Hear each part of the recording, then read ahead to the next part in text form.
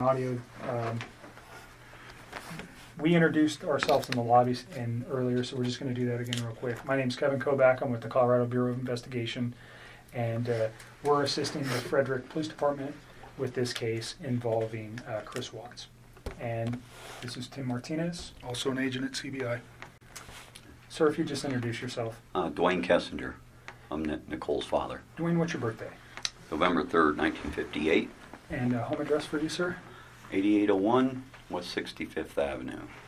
What city? And that's Arvada, 8004. And a cell phone or a home phone or where? 720-982-4547. Thank you. And Nicole, can you just introduce yourself for the recording? Nichol Kessinger. Do you need all the other stuff? Yes, please. I live at 12255 Claude Court. Unit 612. Phone number 720-656-9605. Claude Court, is that? I think we determined it was North Glen, right? Yes. Do you know your zip code? 80241. Okay. Can you speak up just a little bit so the recorder, I know you're tired and you're stressed, and we won't be here any longer than we have to be. You've already had a conversation with people before. You came here on your own free will to talk to us. We picked you up at your request and brought you here. You can get up and leave at any time. You don't have to talk to us. If there's a question you don't want to answer, don't answer it. If you don't want to talk anymore, just tell me I want to leave. And I'm kind of in the way of the door, but you're not being interrogated as a criminal suspect. We're here to understand your relationship with Chris and what you know about Chris and his family, and events relating to Chris Watts. And do you know him as Chris or Christopher? Either one. Okay. So the phone number that you reached him on, can you tell me what that number was? I think I deleted that out of my phone too. I just cut him out of my life. It's a 910 number. You guys have it. We gave it to Mark yesterday. Yeah, So I probably he'll have it, have but it. just in case. I don't have it If anymore. I recited it to you, would you know it? Just the first three numbers. Okay. But you know it as a 910 number? Yes, that's what I do know. I mean, that's what I've got. North Carolina or something. That's North what it Carolina. is. Okay. So let's just start with a timeline of your getting to know Chris, how you guys met, where you met, all those things. And let's just run. And I'm not going to ask you specific questions unless I think it's necessary. I'll let you just tell me your story. I think it's a little bit easier that way. So I just want to know how you met him, where you met him, how long you guys were dating, and those kind of things initially. Okay.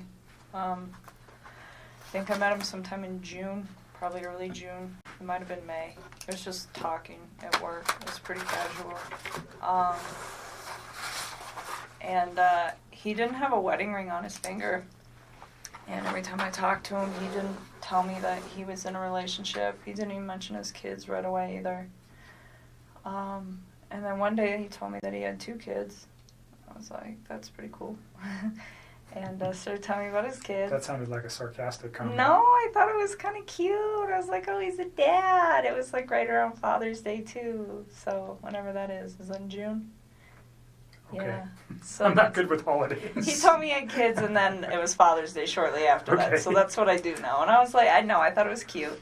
And then he's telling me about him. He's pretty excited about him. And then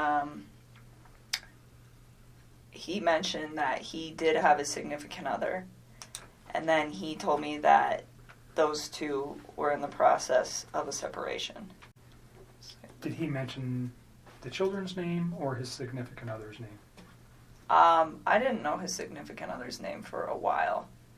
And then I think he told me his kids' names pretty quick, but to be honest with you, on an exact date of when that happened, I don't know. So in May and June, first of all, where do you work? I work at Anadarko Petroleum Corporation. I'm contracted to Anadarko Petroleum Corporation. Okay, and you work out of an office setting where? In Platteville, Colorado. Okay. And Chris also works out of that location, per Yes. se? Yes, he's in the field, but he comes into the office with his team. So you work, what is your job responsibility? I do health, safety, and environment. Okay, so you work in the office and you take care of health safety for, Anadarko is an oil and gas company, right? Yes. So you're doing health safety in the office and Chris works in the field Yes. as what kind of job does he do? He's an operator, so I don't know like all of his daily duties, but he's a field operator, so he works with like the oil wells. So he goes out and does work on those, whatever Yes. that work might be. But he comes into the office frequent. In the mornings, his team meets in the mornings. They're not all in there every day. Some days, some of them are in there. Some days, other ones are in there. But in the mornings, typically from like 6:15 to probably 7, somewhere around there. And is that where you met Chris? Yes. Okay. So can you just take us through kind of a little bit of the early part of how he courted you or you courted him? I don't know which one happened. How you guys got to know each other? I guess we just started talking. He actually, so part of my job is to manage the gas monitors that we have. So Anadarko requires all of their field personnel to carry like gas monitor sensors for toxic gases, and it's my job to control the inventory, any issues, anything like that. And we were having some pretty serious like equipment issues, and we had numerous amounts of people coming in my office one day, and he happened to be one of them. And I'd seen him before, like they meet in the lunchroom, and that's where I go put my lunch in the fridge. So I'd seen him, but I didn't ever like talk to him.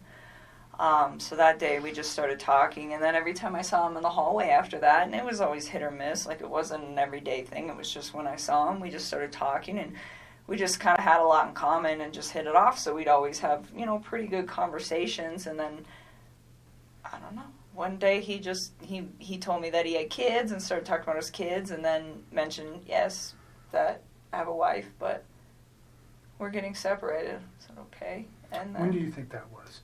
when he said all that, So specifically when he told you he was getting separated from his wife, was that within the first couple of weeks that you knew him, or was that later on? You said you met him around May or June. yeah, it was still in June. Okay. It would have been before Father's Day. So had you guys ever gone out on any kind of No. date at that time? You just No, were no. conversing at work? Yeah, that's all it was. And then, I don't know. We started hanging out. We hung out. We went to a park. Hung out at a park. Let's go back real quick. So why did he tell you that he was getting a divorce? Did he ask you out at that time? No, he didn't. I think he was probably interested in me. And so, he talked to me a couple times via his work phone, and I was like, no. Like, it was still very, like, friendly conversation. But then when I realized, like, this man is interested in me, I'm interested in him, this is personal, so we got away from the Anadarko thing, because I really don't want those guys affiliated with any of this. And So you have a work phone that's specifically... no, I have one phone that I do both on. He has 2 phones. Okay, so he had your phone, the 720-656. That's the only number that I roll with all the time. Okay. So he has 2 phones. All right. One of those owned by Anadarko Yes, and one sir. personal. Yes, sir. Do you know what his Anadarko phone number was? Okay. It's been so long, and I mean, I'm sure I could like look it up, but I tried to look it up for those guys yesterday, and I couldn't find it. Okay. We can find it. That's okay. Just wondering if you knew it. But at that point, we just like took it to his phone because I just felt it was like better that way. And we just continued to talk, and then Let me go back to the park. Where was the park? it's like down the street from my house. It's called East Lake Number 3. Your house Yes. in North Glen? Yes. And that was in the June time frame. Yeah, or like the beginning of July. It was like right around my birthday. It's like so sometime at the very end of June or the beginning of July. Okay. And that's the first meeting you had outside of work? Yeah. Basic conversation for a first date? I mean, we kept it pretty simple, I guess, I don't even remember everything we talked about. We Sure. were there for a few hours. But Understand so if I ask about conversation, what I'm looking for, was he talking about his family? during any of these meetings? Those are the kind of, I understand, whatever you guys were talking about, relationship, your life, your interests, those things, we don't need to know that. What I'm interested in is knowing is when he brings up his children, when he brings up his wife, when he brings up financial information, when he brings up his home, when he brings up anything that may have been, and it's been a few days, so you've had a chance to reflect on some articles that you may have read, and you know, unfortunately, that you're in a situation where somebody has been murdered. And that information, when you look backwards in your memory with the conversations with Chris, anything that he might have said that would be relative to that, and I'm not just, even if one day he was mad and he said, I want to do this or do that, anything like that, if he ever made any kind of statements that you were like, whoa, that was weird, or why would he say that, or why did he mention that? Do you understand what I'm No, looking for? I completely understand. I just feel like some of this happened so long ago that I can't tell you like the exact words of the exact conversation at the exact time and place, because it's like we had a lot of conversations. I mean, we talked every single day. So it's like I'm trying to help you guys with the stuff like the stuff that's more current. I can give you guys a lot more like detail and exact times. But when you're asking me about something that happened 6 weeks ago and exactly what was said, it's like, I mean, I'm sure I can give you a general idea, but to be honest with you, like to pinpoint exact words, it's not going to happen. I'm not looking for exact words, just more, let's say 6 weeks ago he said something that triggered with you last night. That's what I'd be looking for. Or something 4 weeks ago. And if you don't remember where it was or the specific words, that doesn't matter. Just he said something that was off the wall, or he said this or he said that has caused you a moment to pause and you go, wow, I wonder why he said that. Now knowing what you know today. Do you understand where I'm going with that? I completely understand. And to be honest with you, I mean, there were several discussions that we had about his current relationship and where it had gone and what it had caused. And he talked about his kids from time to time. But the thing is he was never hostile. It was never anything aggressive. Like even when he spoke of his wife and the fact that they were separating, it was never like ill. It was still very kind. It was just like, this is not working, and would explain why, but it wasn't anything out of the ordinary or anything that I think would scare me. And to this day, even after everything that I found out, I still look back at that and I don't see any red lights with the way that he spoke of his family. Okay. Can you just describe his overall demeanor over the 8, 10, 12 weeks that you guys knew each other? It wasn't that long. It was like 6 weeks that we were hanging out. Well, I guess we knew each other longer. Okay, but you met him in the office, and just his overall persona, who was he aggressive? Was he mellow? Was he calm? Was he outspoken? Who was Chris? I think he's an introvert. I would consider him to be like a pretty, I don't want to say he's a very reserved individual. I think he's probably more reserved around other people. I think he emphasized to me that one of the reasons that he really enjoyed talking to me is because if he felt like he could get out of his shell. He said around most people he just like didn't really feel the need to like talk and converse, and it wasn't just in his home life, just in general. It wasn't something where he's an introvert. And he said with me, it made him feel like he could really just start talking about things that excited him. And I think a lot of that had to do with the fact that we had things in common.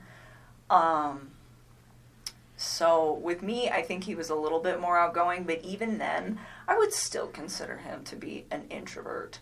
I mean, not on the extreme end. If an introvert went to like 1 to 10, I'd put him at like a 4 or 5. So on the lighter side of introversion. Pretty even-keeled. Yes, like really relaxed, like all the time. He was never really like worked up about anything. Just mellow, chilled, easygoing guy. Very much. Okay. And he was that way with you. Did he ever have any kind of? Did you guys ever have arguments? I mean, No. Pretty short relationship. No arguments during that time. No. Did he ever lose his temper at any time? Never. You guys never had a yelling match? No. So you never saw him upset or mad? No. And there was a couple times that we had some disagreements on things that as we further progress into this story, but it was never I am very calm when I talk to people. It's extremely rational when I handle situations that there's a disagreement in, and he always was the exact same way. Always. I never stressed anything. I think one thing that actually kind of drew me to him was the fact that he was very open with communicating with me if there were any differences on how we saw things or just open-minded about things. It was actually, I personally thought it was kind of unique because usually most of the men that I've ever met are typically very closed off, and I didn't get that from him at all. But it was always kind, very kind. So no sense that this guy had a temper or not at all. Was aggressive, or he never lost his mind and yelled and said crazy stuff or anything like that? Okay. No. So can we just kind of go back to your relationship? You say you guys had a lot in common. What was that? Oh, I mean, we were both really into fitness. I think that's important. It's a lifestyle. Both of us ate pretty healthy, so I think that was important as well.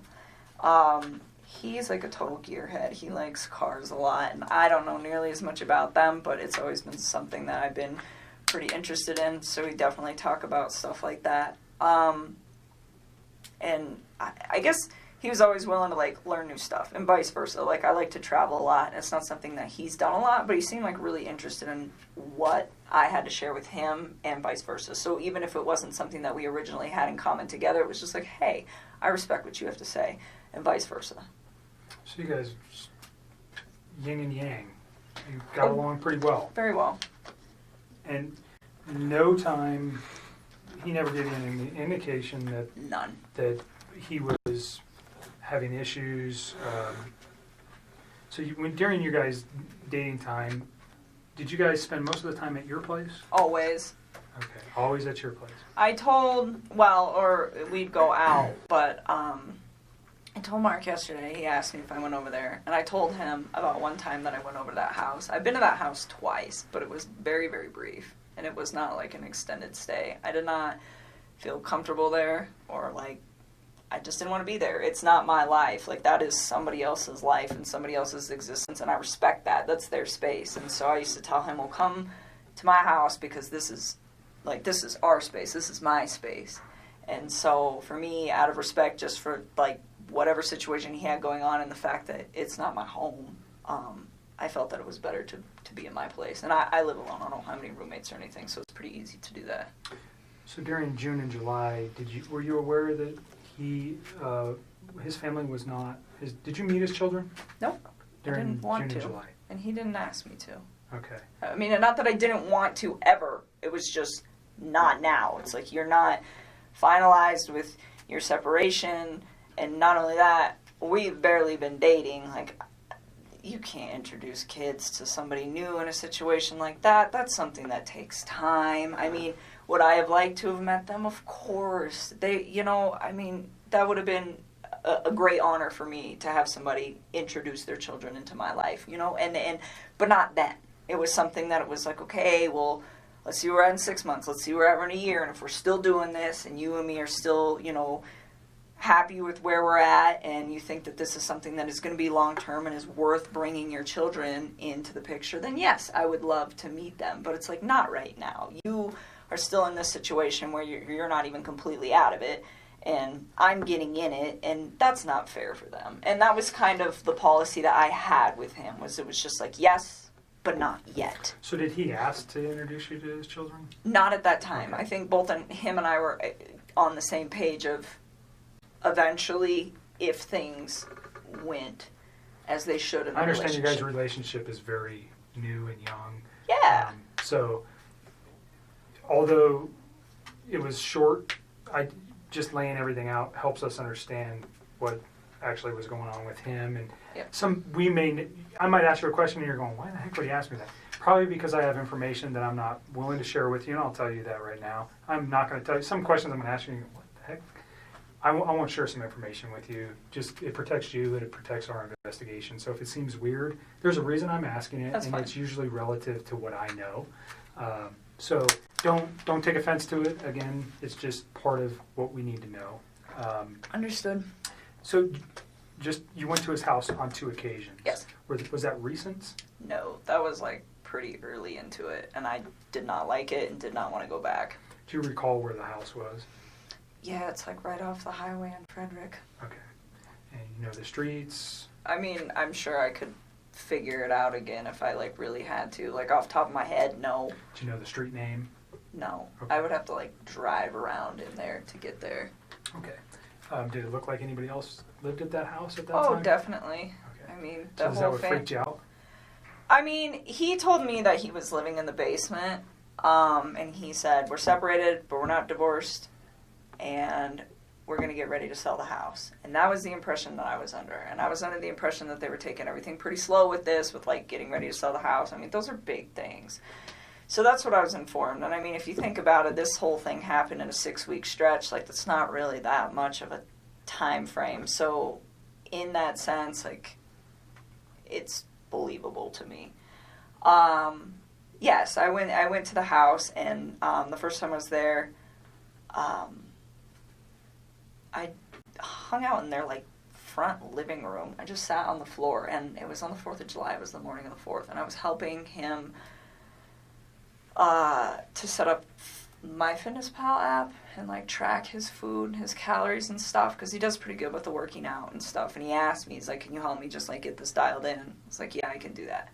So that he invited me up to the house, and I was already kind of hesitant to do it because I was like, there are other people that live here, and I just felt like it was an invasion of space. And so I went up there, and we just stayed in that front room, and I helped him out with that, and got him all set up with that. And then, he asked me if I wanted lunch, and he grilled chicken and carrots. And then that's all he had. And I was like, okay, so we ate, and then I left. And then there was another day about, I can give you the date-ish. Let me look at a calendar. I think it was the weekend after my birthday. Just a thing on the courtesy for the phone for, what was that guy's name, Don? This gentleman? Oh. Thornton PD. I just met him today. Oh, Do you want to do the phone? I forgot about that. For TPD. It's not for them. They're doing it for us. Yes. We don't have the equipment with us to do it, and I asked them to do it for us. They're not involved in this investigation. He would just be a computer person. He would not be looking at any of this stuff. That would fall to myself.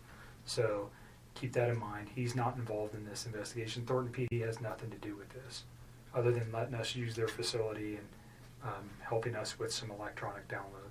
He's not going to look at your phone right now. He's going to put it on a disc, and they're going to give it to me. Gotcha. I don't know. What do you think?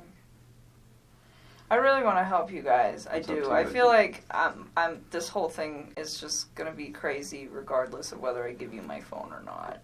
I mean, that's kind of how I look at it. Like, it's happening. It's going to happen. Well, the text Media's reiterate just what gonna- you've been saying all along, so it's not like... Well, they do. That's the other thing, too. I mean, that's kind of a good backup. Yeah, I'll give it to him. I think you hit the nail right on the head. There's reasons why we want everything. It validates things that we know. I'm not going to come out and tell you that if you tell me something today, we'll validate it with your text messages, whether it's the ones we have now or the ones you're going to give us. I'll give Certainly. it to him. If you want to go get him. I want you to read this, is what I want you to do before you decide that, okay? So the second time I went to that house, I'm not sure what day it was, but it was the weekend of the 14th. Of August? July. I don't know if it was the 14th or the 15th. One of those 2 days. But we had went out and we stopped there just real quick on the way back. And we were there not very long. But that time I saw a picture of his wife and one of his kids. And I remember thinking to myself, like, wow, she's so beautiful. And I like took a step back and I was just like, this man has a gorgeous house. He has beautiful babies. He has a beautiful wife. He has an awesome job. Like, why would he want to leave this? And I remember talking to him about it. And that was the first time that I tried to actually say, what do you think about not separating from your wife? Like, what if you really try to work on this? And he had expressed to me that we've tried to work on this and it's not working, so that is why we're separating. And I spent some time, like, just, you know, kind of, because it almost made me feel bad, where I was, like, to the point where I'm engaging in a relationship with a man who, the way he described it, is in a contractual agreement, but was not in, like, an emotional relationship with somebody.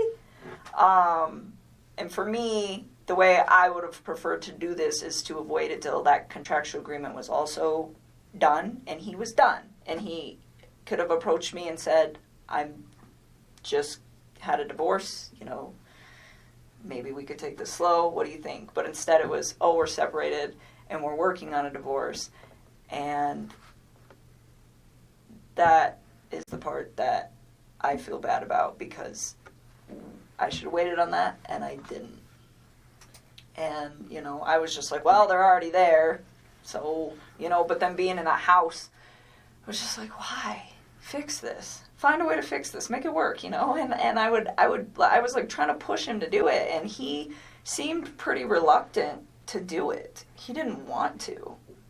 And, I don't know, we were still seeing each other fairly frequently, but I kind of, like, backed away so we weren't hanging out quite as much, and we were still close, but it was just, like, I really wanted him to try. Like, I wanted to know that he tried and it didn't work, and then he moved on, not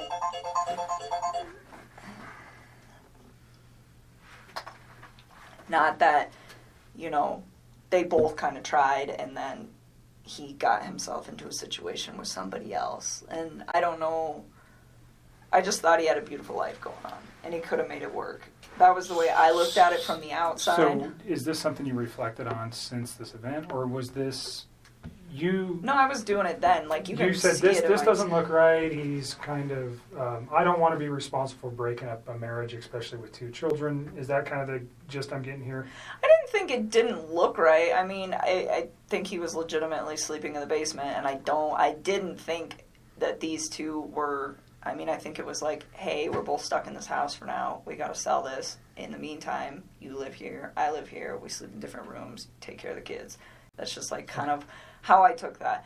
And no, I didn't think it didn't look right. I just thought it just seemed like he had so much going on, and it was just beautiful that I was like, why don't you just try this out, you know, and see if you can fix it. And he'd always be like, well, what about us? What about us? I'm like, don't worry about us. Like, that is more important. Like, try to see if you can, like, salvage whatever it is that you have going on with your wife. And you know, I always got the impression that he was a great father to his kids, like, always. And so, you know, and I was like, and be the dad that you want to be. I was like, and see if you can make it work. And he just, like, we kind of talked about it off and on for, like, a few weeks. And I was just kind of like, I don't know. Like, I think I was kind of, like, cold feeting about it after I went over his house. And so this was, like, pretty early on. And then he told me that, he went to North Carolina. And he was like, I'm going to talk to her when I'm in North Carolina and see if I can get her to do this, to, like, try to, like, rekindle the flame. Okay, so try to salvage his relationship as you've been asking him. Yes, and then if he when decided... When did you go to North Carolina? I think it was, like, the last week of July, somewhere around there. Okay. So, I mean, this was, like, a couple weeks that I was just kind of, like, trying to push him to do that. Let's pause at North Carolina, and we'll come back to that real quick. I want you to read this. If you don't understand what it means, then ask me the question. But basically what it says is you have the right not to let me look at your phone. I'm asking to look at your phone for the purposes we previously discussed, for the text messages and your phone log, and unfortunately the photos that are attached therein too. That information is only relative to this investigation. I'm not looking at anything else except for the conversations between you and Chris Watts, and the phone data between you and Chris Watts for phone calls, for times and dates for those phone calls. And then the content of the text messages that are there. and we'll write that specifically down here. Understand I that just don't want anybody to get some of those texts. Like, they have nothing to do with this case, and they're just like... between you and Chris? Yes, they're just...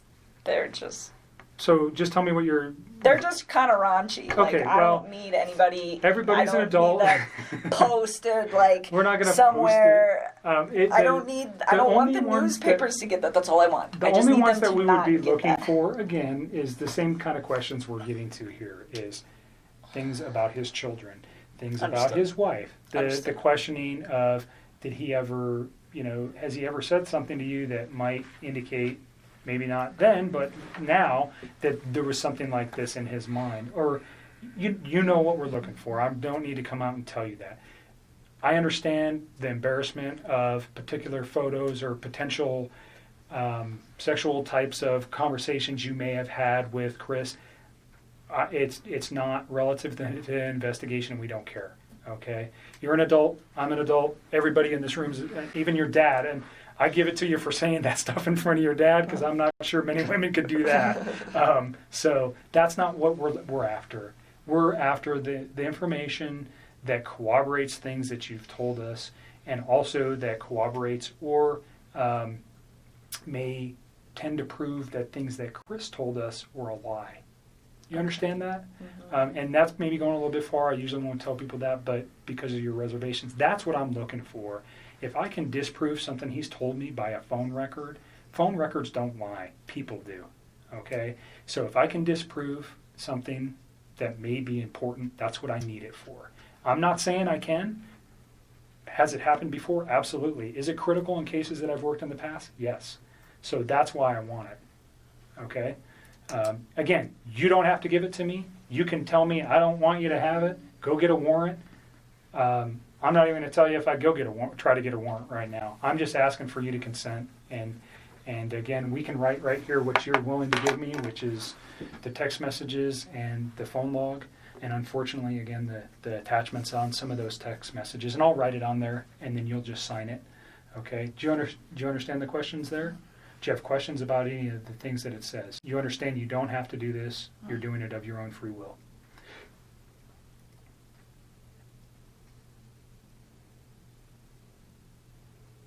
And I know you're tired, so if you want to let your dad read it too. He will. Thank you. That's a good idea. Can you fill it out before I sign it? Yep. And just, you read it, and if you have any questions, then we'll put on there what we're after. I'm so hungry. You should have told me. I would have got you some food. I got food in my car. It's not staying down.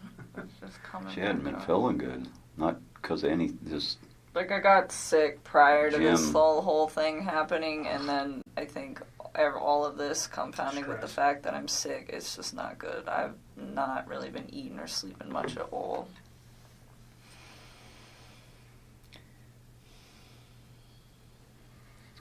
yeah. I'm with you. We definitely need to accelerate the case, because the more it takes, the less sure that they are of situations. But on the other end, I think if you do just that only, You tell me what you're willing to provide to me, and we'll is write that good it on. enough? I just want, like, our text conversation, and then, I guess, our phone call records. So I'm going to put... So the time and date of the phone call records, and then our text message. Tag Could we the get photos of him? Huh? Could we get photos of him? Off of Would that? you mind if we got his photos that he sent to you? Oh, well, they'll be in that text message thing. So all his photos were sent. There was no apps or anything else you used No, that you no, guys no, were no, sending. no, It was no. all just text messages. Yeah, Okay. So it'd be an attachment to a text that he sent you. pretty much. But Everything is in the text and the phone call records. so Like, all of it. because we don't have it on tape, we discussed prior to turning the tape on Tuesday, which would have been the 14th of August. You had read some newspaper articles on the 13th and the 14th that regarded this case. You had also had a conversation with Chris at some point during the day on Monday. And on Tuesday, because of what you found, specifically what you said was, and don't let me put words in your mouth, but you found out that his wife was pregnant. And yes. And you did not know that prior. No. And you found that out via the newspaper articles and that caused you concern. Well, I just realized that he was lying to me, and I was like, well, if you can lie to me about this, what else are you lying to me about? And it made me realize that maybe his wife was in danger at that point, and it was day 2, too, and she still wasn't home. What did that cause you to do with your phone, though? Oh, what? When I deleted those? I was just kind of grossed out by him, to be honest with you. I was just like, I don't know what's going on right now, but you just lied to me, and I don't want to see this come over my phone anymore. So I removed it. So you you already said, but you removed text messages? I deleted all of his stuff because he lied to me. I mean, that's what it was. It was the hurt that made me delete it. And then it was the lie that made me start questioning everything else he'd been telling me for the last few days. And that's when you decided to come forward? Yes. Okay. So just for context, Yes. when people delete stuff off phones, usually we go, No. It And wasn't that's why I malicious wanted- at all. right. It No, I'm wasn't not saying it's malicious at malicious. all. He lied to me. It just hurt. Like, I had never felt like he'd ever lied to me before. And it was a big lie. I mean, Right. telling somebody that you're in the midst of a divorce and then you have a wife that has a 15-week-old baby on the way is a huge, huge thing. And I was very taken back. And it was hurt. And so at that point, I deleted it. I had a few more quick things to say to him, and then I just got rid of him. That's literally what I did. I just cut him out of my life. It would have honestly been like a bad breakup kind of thing. Like, if none of this other stuff would have happened, that's what it would have been. That would have been the end of it. The information was not destroyed because there was anything in there that would be harmful to you or potentially to Chris at this point, but harmful to you in particular. That's not what you did. No. You did it out of, excuse my language, this guy's an asshole, so I'm getting rid of him, and I'm getting this stuff off my phone. That was like me kicking him out of my life. Okay. And then, like I said, and then realizing that he lied, that was when I was like, okay, maybe his family is in danger, and they're not coming back, and they're not staying with a friend. Yeah, when did I go over there? Tuesday morning? Wednesday morning. Wednesday, I yeah. called you Wednesday morning. That's when we started discussing you guys need to get everything that I just... You can understand the importance of, Oh, no question. We were... like I said, people lie, phone records don't, and they really help specifically establish dates and times. I think we have a very good grip on that in this case already, but there may be a time when we go, we need to know something else, and then we would have it. We don't want to lose it, and that's really what it is for us, is if we lose information that later on we go, man, I wish we would have got that. And we may never even use these. We may never even look at them. But if we have it now, then we don't worry about losing it. So I appreciate you being cooperative and giving it to us. Yeah. So the first thing I wrote was text messages between Chris Watts and attachments. Okay? So, because we're talking about the photographs, unfortunately, that cause you much disdain. And then I am going to put phone log for calls between yourself and Chris Watts. Your phone number is 720 656 9605.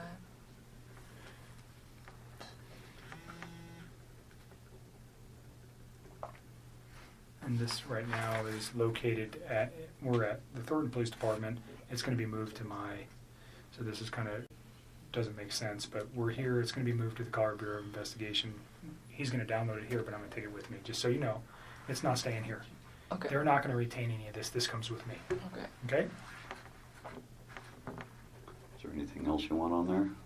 I think that's about... That's it. I mean, I don't have social media. I don't really have anything else you guys can poll. Okay. Is there anything else you know of that could help us with this that is not on this sheet? As far as, like, data? That's on your phone? No. I mean, everything we did was, like, text and talk, pretty much. I mean, and like I said, any pictures that I had, like, even if you were to restore all my regular photos, there's so many pictures in there, and you wouldn't even know which ones were for him and which ones weren't. But any picture that I wanted to send to him, I sent via text, so if you guys go through the text and the attachments, you will have you will have everything that wasn't said verbally and was done via text. But I think that's it. Like, I don't have anything else. As far as, like, no Facebook, no Instagram, no Twitter, no LinkedIn, like, none of it. So, there was never any of that kind of correspondence. So I think that should probably cover everything you guys will need. Is there any particular messages that would help me so I don't have to look at, because whatever's on your phone, I don't know how long we're going to get back to, but let's say is there a particular date or time or message that stands out to you that would be relative to, specifically to the investigation into this case, that might assist me in understanding why something like this could have occurred? I'm still in shock that this whole thing happened. I Like, can imagine.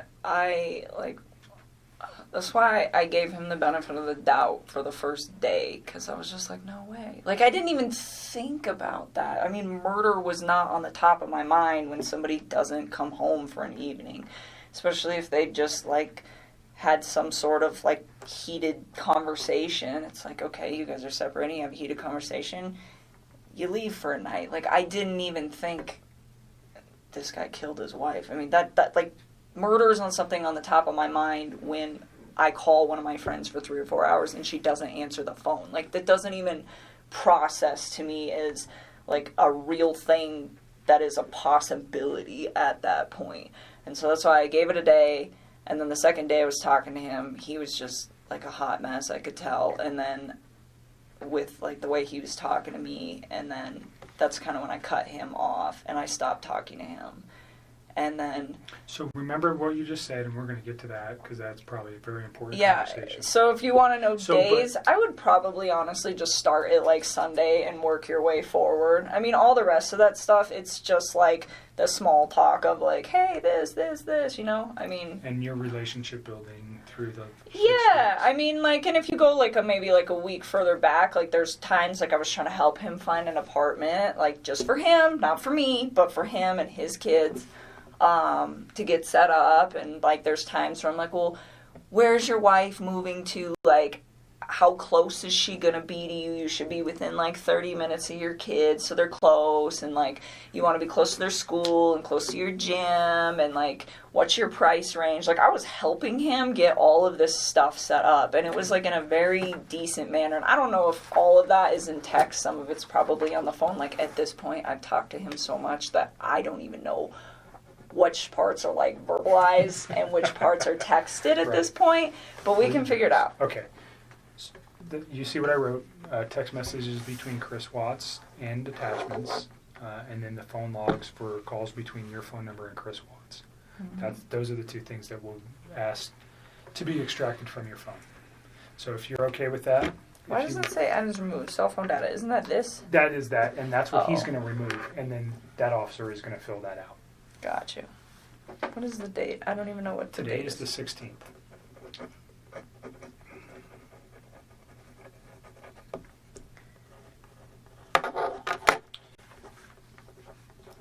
You want to add anything to this? If you give us your phone, we'll get him started. We want to give you everything, but we also want to be protected in doing so. Is more of the thing. It's just. And when he's done, we'll give you. Is there a password or anything? Like, will it lock up after a period of time? Yeah. That's his notes. And. Make sure there's nothing written on the back. There's not. I checked before I ripped it off. Let's go back to North Carolina. Okay. He went to North Carolina and he was trying to rehab his marriage with his wife. He said Do you know her name at this point? Yeah. Okay. Are you okay saying her name? It's Shanann. All right. And do you know the children's name? Yes, it's Bella and Celeste. Okay. Cece. She went by, they called her Cece? Mm-hmm. All right. So he went to, were they in North Carolina? They were already there. If you want something. I don't know if my stomach will do that. Yeah, they were already out there. He just flew out there to go meet up. Do you know why they were there? They're all from there. Okay, so they were there. They were visiting her family for the most part until he got there, and then they still were mostly visiting her family. Okay. And do you know how long they had been there? A while, like weeks. All right. And he flew out to join his family there. Yep. Do you know specifically where he flew to? What, airport? No. What city? No, not off the top of my head. Okay. I'm sure if I thought real hard, maybe I could think about it, but I mean, come up with it. No, I don't know. All right. So he goes there. You said it was like the last week of July? I think so. I think it was like one of the last days of July. I'm almost positive. I think it was a weekday. Okay. Yeah, he flew out there, and I thought I had, like, convinced him to, like, try to make peace with her. And I was like, if you guys work on this, like, I'm out. Because what's the point? Like, I'm not trying to be with somebody that's in another relationship, which I know that sounds silly given the whole relationship that we had in the first place, but I really was under the impression that they were separating. I mean, it was, like, reiterated to me so many times that that's what I thought it was. And it made sense to me, too, because, like, he could pretty much call me whenever he wanted. Like, I was the one that would tell him, like, hey, when your kids are awake, you need to spend time with your kids. Like, do that. And then after they go to bed, like, if you want to talk to me, you can talk to me. But it was never, like, this super, super restricted thing. Like, sometimes, like, right after work, if I was, like, still talking to him, I'd get kind of bummed out. And I tell him, just like, oh, it's frustrating sometimes, like, having to, like, wait. But at the same time, I was never like, this is horrible, or, it was always like, I understood why. But then once his kids were asleep, he never, like, had any, it was like he could do what he wanted. Do you know what I'm saying? Like, Sure. He was in his basement, and she's upstairs, and they're not speaking. So it kind of made sense. It wasn't like, And you guys are sneaky just at night. texting and... Or talking or whatever, Yeah. I mean, and it was like I said, it was at certain times, but that time, and originally it wasn't, but it was me that put that time frame on there because I thought he should hang out with his kids. Those 2 times you were at his house, did you see any evidence of that? Him living in the basement? Did he ever show you that area or anything? I went down there and saw his little workout equipment, and there's a bed down there all set up, and the basement was all clean and organized and stuff, so... like a decent bed set up, so it made sense to me. Like, hey, this is what's happening down here. So I saw it. Even though his family was in North Carolina for multiple weeks, it appeared that he was still living in the basement. Mm-hmm. Well, and he told me sometimes he would, like, go upstairs and sleep if like he was home alone, because I know she'd, like, go on business trips and stuff. But he's like, I don't like that bed anyway, so he didn't really, like, sleep up there. I was like, okay. Even when it was just him. So that was the impression that I got. I know what you're talking about. North Carolina. Go back to North Carolina. So, North Carolina. So he still made very frequent communication with me when he was out there. And at one point he told me that they sat down and they talked about it, and he told her that he wanted to either fix things or... like, to try to fix things, and if she didn't want to fix them, then they needed to, like, move forward with the separation and, like, actually file for a divorce at this point, was the impression that I got from this, and was what he told me. And so, he said that she was, like, pretty receptive to just not trying. He was like, she seemed like she just wants me to go. He's like, when she has her mind made up, she has her mind made up, and that's what she wants. And he's like, she doesn't want to try anymore. And he's like, and neither do I really. And he was like, it's done. And he's like, and then the next day, I don't even know what days these were. Sometime when he was out there, he told me, we're putting the house up for sale as soon as we get back. And I was like, whoa, that was quick. And he was like, it's her. She's ready to go. And I was like, okay. And so I left it at that. And then, he got back, and I started asking him, like, what are you going to do? Because the Colorado housing market is fire, and you guys are going to sell this house, like, real fast. And I'm like, you need to start looking for a new place to live. And I'm like, where do you want to live? And I was really trying to help him out. I'm like, do you want to get a house? Do you want 3 bedrooms so you have one and each of your girls have one? I'm like, do you want to... like, do an apartment? Like, what do you want? Where do you want to live? Because he's in Frederick, but that whole area over there is just, like, a bunch of small towns, and you can kind of just pick and choose. Everything's kind of, and so he told me, well, I like Brighton, and I was like, okay. And then he told me he wanted a 2-bedroom apartment, and he said he wanted one room for him and the other room for his 2 girls. And I thought it was kind of cute. Like, I remember telling him, I was like, yeah, me and my sister had bunk beds, like, at my dad's house. And I was like, when we were little girls, and me and my sister were the same age apart as him and as his 2 daughters, you know. So I told him, I was like, they're going to love it. I was like, they might be, like, stuck in one room together. I was like, but they'll become, like, best buddies. And it was really exciting. Like, I liked helping him, and I just wanted him to, like, I don't know. This is what he told me he wanted. So I was like, well, I will help you do the research. But another thing that I really took care of was to be like, where is she moving to? I was never like, you know what, screw your wife, try to get full custody. None of that bullshit. It was always just like, you know, I'd ask him, I'm like, well, what kind of custody are you guys going to have? Because he at work, they're about to switch his schedule. So right now he's like on Monday through Friday, and they're about to switch these guys to 8 days on, 6 days off. That's tough. That's awesome. And I was asking him, I was like, are you going to have your kids, like, on that set of days off? I was like, because that would work perfect. Like, 1 week on, 1 week off. And I was just like, you know, we just talk about it. I'm like, what is your plan? And he's like, we haven't figured out exactly what we're going to do about the kids yet. But he told me, he's like, Colorado's a 50-50 state, and she's okay with everything 50-50. Like, he said that she was, like, on board with this because she wanted it too. Like, she was checked out of this relationship. So that was, like, how he made this sound. That it was, like, a very, like, kosher, we're done kind of thing.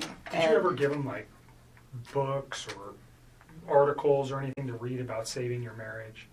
Did you ever provide anything to him like that? About saving his marriage? Yeah, like how to recover a marriage or how to save your marriage. You know, there's all sorts of publications and books out there. No, but I did tell him, and I don't know if I did this through text or phone. That will be something you guys will, I'm sure, figure out. But I told him a few times, like, I think that you should take the time to read some articles about what separation does to kids. You know, and I told him, I said, when my parents separated, we were literally like 3 and 5. We were almost the exact same age as these little girls. And I told him, I said, you know, I was so young when it happened that it didn't really have like a big negative effect on me because I was so small that I didn't really process it too well. I was like, but I do have cousins that their parents got divorced when they were like 10, 11, and I think that it hit them a little harder.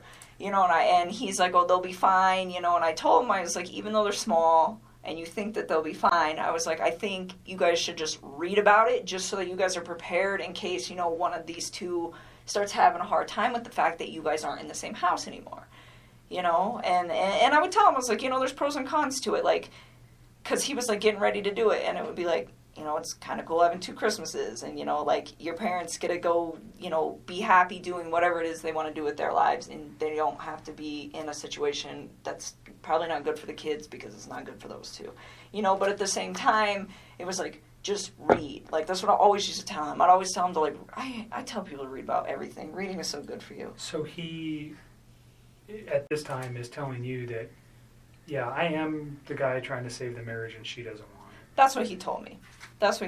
So, and then he was like, she doesn't want it, so I'm not going to do it. And then it was like, we're filing for divorce, we're selling the house, and this was like all as soon as they were coming back from North Carolina, like boom, boom, boom, boom, boom. And do you recall when he gets back from North Carolina? No, I don't even know how long he was out there. I know it was like less than 2 weeks and more than 1. Okay. I don't remember. So he comes back early August, would that be fair? Oh yeah, it was definitely like in the first 2 weeks somewhere. All right. Probably the second week of August at some point in that. I don't remember when. Does his wife come back with him at that time? Or yeah, they all came back. They all come back at the same time? They all came back. And then, so he continues to just, you know, tell me that this is, like, what he wants. And so I took the time, and you will see that in the text, too, where I, I found this apartment. It was perfect. It was so cute. I was like, it's in your price range. It's like 6 miles from the gym. It's 23 miles from work. I'm like, you know, it's super close to Frederick. It's going to be by your kid's school. Like, this is the spot, you know, and I told him, I was like, I'll keep looking for more places. And he's like, well, there's some that I want to go see too. And he actually had me thinking that he was going to go look at these places this week. before all Okay, this. so this is fairly recent then. If we're This talking. just happened, like in the last. He's going to couple go weeks. look at apartments. He wanted me to go during, with him. When you say this week, are you saying Like this Monday week. was the 13th? Like this week. Okay. Yeah, so I told him, I was like, well, pick out a few spots, and if you want me to come with you, I'll go look at them, but you know. You said earlier that he had never, or that the apartment wasn't for you and him. It was just for him and his children. Oh, yes. It wasn't. You had no intentions of moving in with him. No, I have my own spot. I still have a lease there till July, and even then, like, he never asked me to move in with him, Okay. and I never tried to move in with him. I mean, I told him, I really try to take everything with this whole situation very slow. The only part that I screwed up on was the fact that he wasn't completely separated from her when him and I decided to spend time with each other. That is where I screwed up. But other than that, everything else, it was always like, you know, you build your life, I'm going to build my life, we will intertwine them, but I am not ready to, like, do this. And he respected that. And I even said that, and I don't know if that might be in the text, but said that too, where it's like, Chris, like, you need space. Like, you're just getting out of a divorce. Like, personally, I think jumping into a new relationship is a little quick. It's like, I was in a relationship earlier this year, and I think this is also a little quick. And I'm like, so why don't we take our time? And I'm like, if you guys end up doing a week on, a week off with your kids, I'm like, the week you have your kids, be with your children. And the week that you don't, I'm like, I don't even want to see you every day. I'm like, I think we should spend like a few days of that together. I'm like, because I like my space, and I think you need your space. I think you need your space to like develop your identity again and like get it back, because I think he's just been like so wrapped up in this whole thing that he's got in his own life and his life that he doesn't remember probably what it's like to like be single or have time where it's like just him. Sure. And so I was just like, you know, like, embrace that. I think it's a beautiful thing, and I really try to like take it smart with all that. And it was the same thing with his kids. I was just like, you know, like, and we talk about things every once in a while where I'd be like, hey, if I ever meet, you know, because like I have a lot of house plants. That's a good example. So I have a lot of house plants, and I told him, I was like, one day if I ever meet your kids, I was like, I'm going to show these girls how to, like, paint pottery and plants. I was like, I think they would love to see something grow that they built. I think it would be really, really cute. And, like, little stuff like that, but it wasn't very frequent. It wasn't, hey, we should get married, and hey, we should have babies, and hey, I want to live with you, and hey, I need to meet your children now, and let's cut the mom out. It was never like that. And there was never any conversation about, you know, we can't do this with her around, we can't do this with the kids around. Never. He never said that, you never said that. No. So the way you guys were trying to make this work was just, you know, slowly trying to come together because of his current situation, and you, by your own account, your own. Mine. I mean, You're I don't just want a independent person. It sounds like pretty much. Yeah. And but through text message or through conversation, he never said, "Hey, you know, this isn't going to be financially able. I'm not going to be financially able to do this," or "This isn't a good thing. I got these kids." None of those conversations ever came up. No. I mean, he told me, like, he had a budget restriction. So for his apartment, and I'm pretty sure this is in the text, and this will probably be in the last couple weeks, he told me $1,100 to $1,400 when I was asking him. Like, because I told him I'd help him do homework. I was like, you do some homework, I'll do some homework. We'll knock this out, because if you guys are for real putting the house up, you got to figure it out. And so that was his budget. And I remember asking him, I was like, you sure you don't want to just get like a house? And he's like, I never thought about a house. I'm like, yeah, you can rent houses, man. Like, it's a thing. And he's just like, I don't know if I can afford that. I was like, okay. And I knew that those two had been through some financial trouble. I definitely found out a lot more about that situation in the newspaper recently. Okay, so prior to the newspaper, how did you know he was in financial difficulty? Because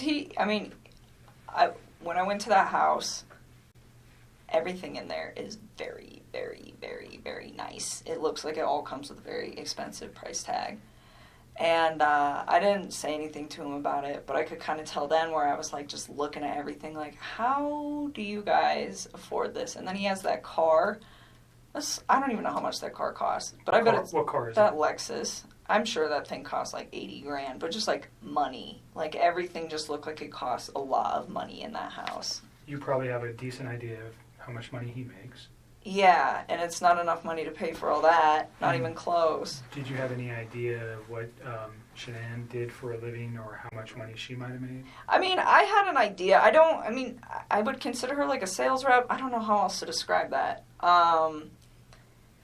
For the company that she worked for. And I don't know exactly how much she made. He said that she was really competitive and she liked to try to keep up with him. He's like, she gets close sometimes. So I don't know how much those two brought in. I mean, off the top of my head, if I could guess, probably somewhere around like $140K a year. I mean, I don't know. Because I don't know exactly how much he makes. And I don't know exactly how much she makes. But based just off of like what I know about the oil field, like, yeah, I would say that's probably an accurate estimate. So even if they're making, let's just use the figure $100,000, they're living above their means or below their means? Oh my God, like... Way too much? Way Did he ever too... discuss with you any of those issues? I mean, a little. I mean, I didn't know about the bankruptcy or any of that until I read on the newspaper about that, but I think he was really frustrated with the situation. He told me, he's like, I feel like my paycheck goes in my bank account and I just watch it go like this. He's like, but it doesn't have to. He's like, she makes it like that. And I was just was he resentful for that? I don't know if he was resentful. I just think he was frustrated by the fact that they could be doing a lot better financially. And she, from the vibe that I got, had really bad spending habits. So she was a spender. The car, hers or his? I think it's hers. Okay. I'm pretty sure that that's hers. Do you know what other car they might have? Well, I mean, his APC pickup truck. And that's it, I think. That's owned by Anadarko, though, right? Yeah. But so I don't think they own any other vehicles as far as I know. I think it's just that thing. And Anadarko doesn't allow him to drive that on his own personal time, right? No. So he's just got one vehicle. Yep. And it's a very expensive Lexus. And then they live in a pretty expensive house. It's a huge house. Yeah. I was very taken back when I saw it. I was just like, whoa. How and do then you the guys... fixtures inside caused you to pause. Everything was just like... And then you mentioned today you read something about bankruptcy. Yep. What did you read? That those guys filed bankruptcy for a lot of money in... Who are those guys? To that couple. Okay. In 2015. Oh, Shanann and Chris Thanks. filed bankruptcy in 2015. Okay. And you said for a lot of money. Do you recall the amount? No, because it was different in each of the newspapers, and I don't know which one to believe. Okay. So, hundreds of thousands of dollars. So, yeah, I didn't know that. Let's go just back to him and the financial. He tells you he has a concern enough to at least express something to you that he's frustrated with the way she spends, or he's upset with working so hard and never having any money, and she's kind of she's the responsible party for spending most of the money? I pretty much got that vibe. I mean, he just told me, he's like, we're house broke all the time. I was just like, that's unfortunate. And I asked him, I was like, do you have 401k? And he was like, yeah. And I mean, the reason I ask him this is because if I get in a relationship with somebody, I want to know, like, what kind of baggage that they have. I think that's important if I walk into a situation where I'm like, hey, I have good credit and I have all of these things that I've been building and you don't have your stuff together, like, what are we going to do with this? And it's important for your long-term thing. So I'm preparing. And so I just asked him, I was like, well, do you have 401k? And he's like, yeah, I do have that. And then I asked him, I was like, I didn't ask him like how much debt they had or anything, but I just said, is your lifestyle sustainable? And he was like, no. And I was like, how long do you think that's going to take? He's like, I don't know, but it's not sustainable. Where did his girls go to school? I don't know. He never actually told me. Like, when I asked him once, it was like when I was trying to find him an apartment, I was like, are you comfortable telling me where your girls go to school? That's in the text too. I was like, so I can figure out what distance from the apartment it is. I was trying to just make his life convenient with like him, his ex, his kids, and all the stuff that he needs to do and work. And he was like, don't worry about it. Their school's pretty centrally located, so anywhere in the area that we were discussing will be fine. And he just left it at that. So he didn't even tell me, which was fine. I respect that. Daycare is obviously very expensive for a 2, 3, and 5-year-old. Oh, right? So I understand. Did he ever bring did he ever discuss that? Never. Okay. Never. Like I said, the only financial thing he ever said is just like, she just likes to spend money, like a lot of it. So that was just kind of the vibe that I got from that, and that it was a lifestyle that she liked to live, like very, like materialistic kind of lifestyle. Wanted to Like project it was a certain image. Yes, all the time. And he said that was why they got that house too. It's like she wants everybody to think that we live a certain way and that we can like sustain all this stuff. And he's like, and we can't. And I told him, I said, when you're in those situations, why don't you, I'm like, do you like voice your concern about this? And he told me, he's like, when I try to talk to her, he's like, she's really bossy and she usually shuts me out. And he's like, when she does that, he's like, I just let it go.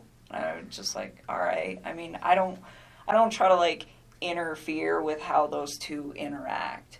But I did ask about it because I'm just curious, because I would never put myself in a situation where someone was like, you know what, we're going to live in this house that costs like double what we can afford, and that's how it's going to be because I want everybody to think we're fancy. Because I wouldn't do that. I mean, to me, like, I wouldn't put up with somebody doing that to me. And I'm not saying that that's what she was doing. I mean, for all I know, he could have been completely lying about this. He could be the one spending all the money. Sure. You know? This is just what he told you. Exactly. So, I mean, that's as far as I can interpret it. So I can't be like, well, oh, she needs to do this and she needs to do that. But he voiced his concern where it's just like, financially, I'm in a very bad spot that I don't need to be in, but I'm stuck in. And that was kind of where he was at. So, but I mean, he was never like mean when he talked about her. He was never hostile, like nothing like that. He just, I mean, very calmly, like, this is the situation. And I think the only reason that he even provided me with that information is because I asked. Okay. You said something about her being controlling or Bossy. Bossy. That's what he said. Bossy. In like all aspects of their life, or what? Do you know exactly what he meant by that? How that affected him? I think he was just saying when he voices his opinion, it's not heard.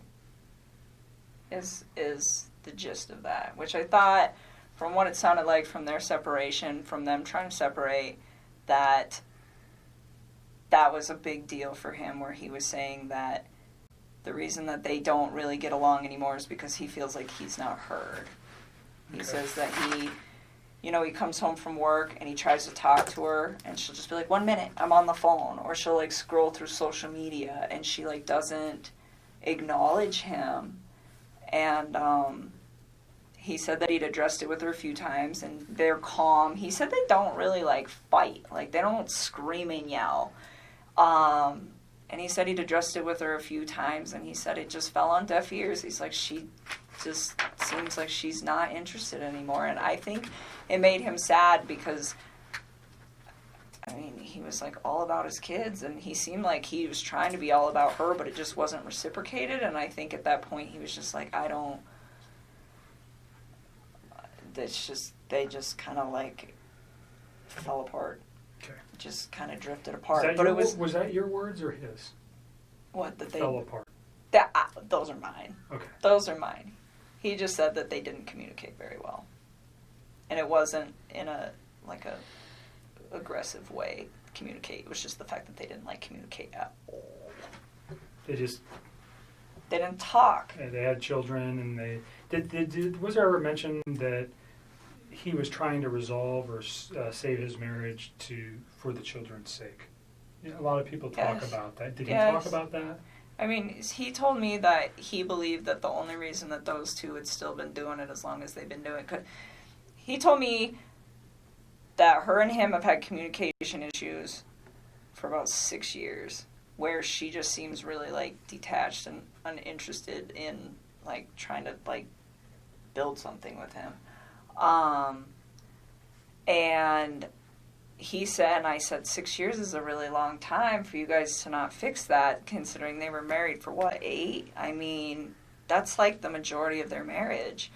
And he said, sometimes I think we just do it for the kids or something like that. I mean, it's been a long time since I had some of these conversations, so I don't know like verbatim, but it was pretty much just like... Get you to remember something. Yeah, like, but he said it wasn't just him, though. He was like, I think she does that too. Okay. You know? I mean, and it was like this equal part where they are just kind of like going through the motions, I think. Mm-hmm. And so, like, when he told me that she was cool with, like, the 50% everything and just, like, breaking it off and being really civil about it, it kind of made sense to me because I was like, the way he made this sound, it wasn't, oh, she's this horrible person or, oh, I'm this horrible person. It was, her and I have drifted so far apart that it's kind of a mutual agreement that this is not going to work. So in those 6 years, though, they had 2 children. Yep. And you said earlier you did not know she was pregnant until reading the newspaper. Yep. So that never came up in any conversation. There was no indications that was going on. None. He never hinted to anything like Nothing. that. As far as you knew, he was just leaving her. He had 2 children, and that was the final take on that. Yes.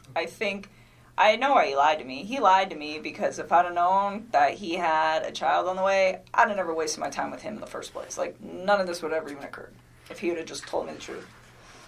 So do you think if he found out that you, if, let's say this week you guys were to go look at some apartments, and this is hypothetical, but you've never found out that his wife was pregnant, would that have changed anything? Like you just said, if I knew his wife was pregnant, I wouldn't be in this picture. So if his wife was not pregnant, and forgive me, but if he takes her out of the picture, you're never going to know that she was pregnant, right? What do you mean takes her out of the picture? Like, if he murdered her, she's out of the picture. You're never going to know if she was pregnant. If he can get away with murder, you're not going to... I got divorced from my wife. Do you understand what I'm saying here? If she's gone... But this... Don't lead. Hypothetically. Please. Yeah. Don't lead on. Hypothetically. If she... Okay. You understand where I'm going. If Right, you but didn't know... You're leading into Right. questions that are nothing with your... If you didn't know, though... Wait, Nick. That she was there. Did you hear what I said? I'm following you. I just want her to answer a question that relates to... She said something that's important. That if he didn't have a child on the way, or if she didn't know that, she would have continued the relationship, right? But he killed his kids. At what point does he think that I'm going to be in a relationship? I'm not talking about the children. I'm just talking specifically about her. If you only knew, if the kids were still here, and he called you and said, "I'm divorced from my wife," and he gets away with this. Do you understand what I'm thinking from his aspect? I still wouldn't do it. I still wouldn't do it because I'd be like, where did she go? Okay. Because I'm under the impression that she's a really good mom. Like, he never bashed her momming skills. Like, no, I wouldn't, no. Okay. No. And you see where I'm trying to take that? Yes. So, you guys never had a conversation about the child, period. I didn't know at all. All right. And by your words, if you did know, you would have ended the relationship. Well, because it wouldn't have made sense to me that he's like, I'm getting separated. Oh, by the way, I have a baby on the way. It's like, That's 15 weeks. You are a liar. You're just trying to sleep with me. That's what I would have probably interpreted that as, and I'd have just shut that off at work, and that would have been the end of it. Okay. All right. We can move past that. The week that he comes back from North Carolina, you don't remember, somewhere in the first couple of weeks of August. Yeah, I think it was the second week, but I don't remember off the top of my head. So we'll just use August as a time frame. Is that fair? Because you know he left in July and he comes back in August. How many times do you think you see him? I saw him a few times. I saw him this past Saturday. I saw him the Wednesday before that. And he wanted to see me more. I was the one who wanted my space. I was like, nope, your kids are home. Go hang out with your kids. And even on Wednesday, I cut it short. Like, he came and hang out with me for a few hours, and then I was like, go chill with your kids. I was always, like, really respectful. Do you know of this. specifically where you guys went? Did you meet at your house? Did you guys go to any restaurants? Did you go to establishments? Where'd you go? Last Wednesday, he came to my house.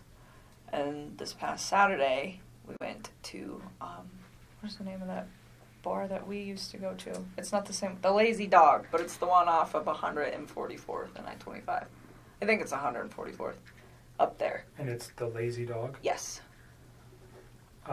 Did he ever mention a Rockies game that night? No, I don't think so. But the Broncos were playing. Okay. Which we couldn't see because they sat us in really crappy spots, but it's okay because it's preseason. But, So do you recall what time you went there? no. I remember, well, kind of. So he had to get a babysitter that night. Do you know who that was? Somebody who's really young. I remember I asked him who his babysitter was, and he's like, we have 2. This girl's only 17, but the other one's out of town. So this girl's going to stay, and she doesn't do overnights, so I got to be back by 10. And I remember her saying that, and him saying that. And I don't know what time he got to my house. It was between, I want to say like 5:30. It might have been 5, but I don't think so, because I think the babysitter, if I remember correctly, showed up at like 4:30 or something, and he was like, I want to spend time getting my kids acclimated to her, and then I will come. So his children didn't even know her? Oh, no, they knew her, but he was saying, like, he likes to, like, stay there for a little while he doesn't just, like, walk out the door when they show up. It's, like, a transitional thing. And so that's why I'm saying I don't know how long it was. I want to say, like, 5:30, and then he had to be back by 10, so he left at, like, 9-something to be back by 10. So probably he picked you up? What was he driving? No, he didn't pick me up. He came to my house. We drove my truck. Okay. So he gets to your house. You know what he was driving to get to your house? Off the top of my head, I don't remember. I'm pretty sure he usually drives that Lexus, but he doesn't always park it in my complex because the parking, there's not good spaces. So where you guys pick me up at, a lot of times he'll just park out there because there's room. Okay. So that kind of works so that because there's just not a lot of room in my apartment complex. But off the top of my head, I don't know what he was driving. What kind of truck do you drive? I drive a Toyota 4Runner. Okay.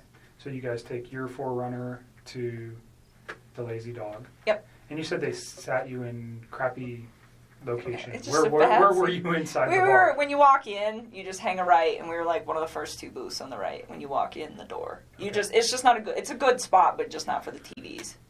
And we actually went to the other Lazy Dog. We went to the one that you and me go to. Where's that at? Federal and 20th. It's 120th and Federal, and we went there, and they have a different menu, and I was like, I don't want to eat this food. So we should go to the other one. So initially you go to the 120th Yes. location. Did you actually get seated? Kind of, sort of. They were like cleaning off a table, and we were standing there just kind of looking at the beer menu and the food menu, and I was like, I don't want this. And so we left. 6 o'clock? Probably somewhere around there, 6:30, and then we left and went to the other one, and we ate dinner. And you're in like first or second booth right to the right of the door. Uh-huh. I'm just asking because if they have video, we want to be able to verify that. So that's why it's important. And you're there for how long?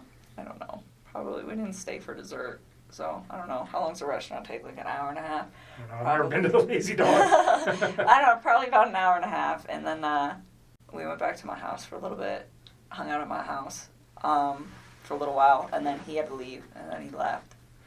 Do you recall what time you left? Off the top of my head, no. I remember he was like gonna be late to be back at 10. I think there's a text message where he starts texting me when he's home at his house. Okay. So you can probably figure that out. And I remember I texted him back and I was like, damn, that was quick. Or wow, that was really quick. He's like, yeah, I even had time to stop at the ATM or stop at the gas station, stop somewhere to get money to pay the babysitter. Okay. And I was just like thinking like, well, that was really fast. But I think he was still like a little late coming back, but nothing too drastic. So he probably left my house like somewhere around 9:30ish. All right. And you go straight home. He texts you. Well, I was already home. Right. No, he texts you. He goes straight home from your house and he texts you that he's home. Mm-hmm. So that should be in your text message. It should be. I'm pretty positive that was not a phone call. I'm almost positive that was a text. Sometimes I get them flip-flop or I don't remember, but sometimes I know. I'm pretty sure that one was a text. Saturday, during your dinner, what kind of conversation did you guys have? I don't even remember. Oh, So he's been trying to, like, eat a little healthier than he normally does. And he's always, like, been into working out since I knew him. And he, like, tries to eat clean.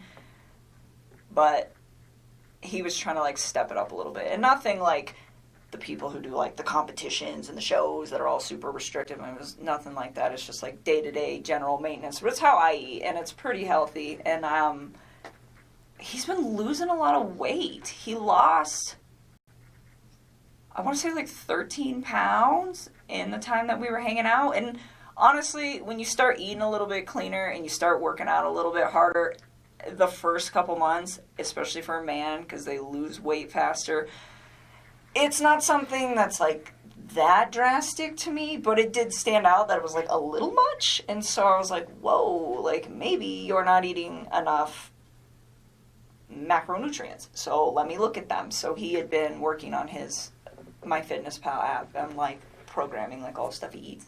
And I just started going through them, and I was, like, trying to figure out, like, where his ratios were. And we actually spent a lot of time doing that because he'd asked me to do it for him.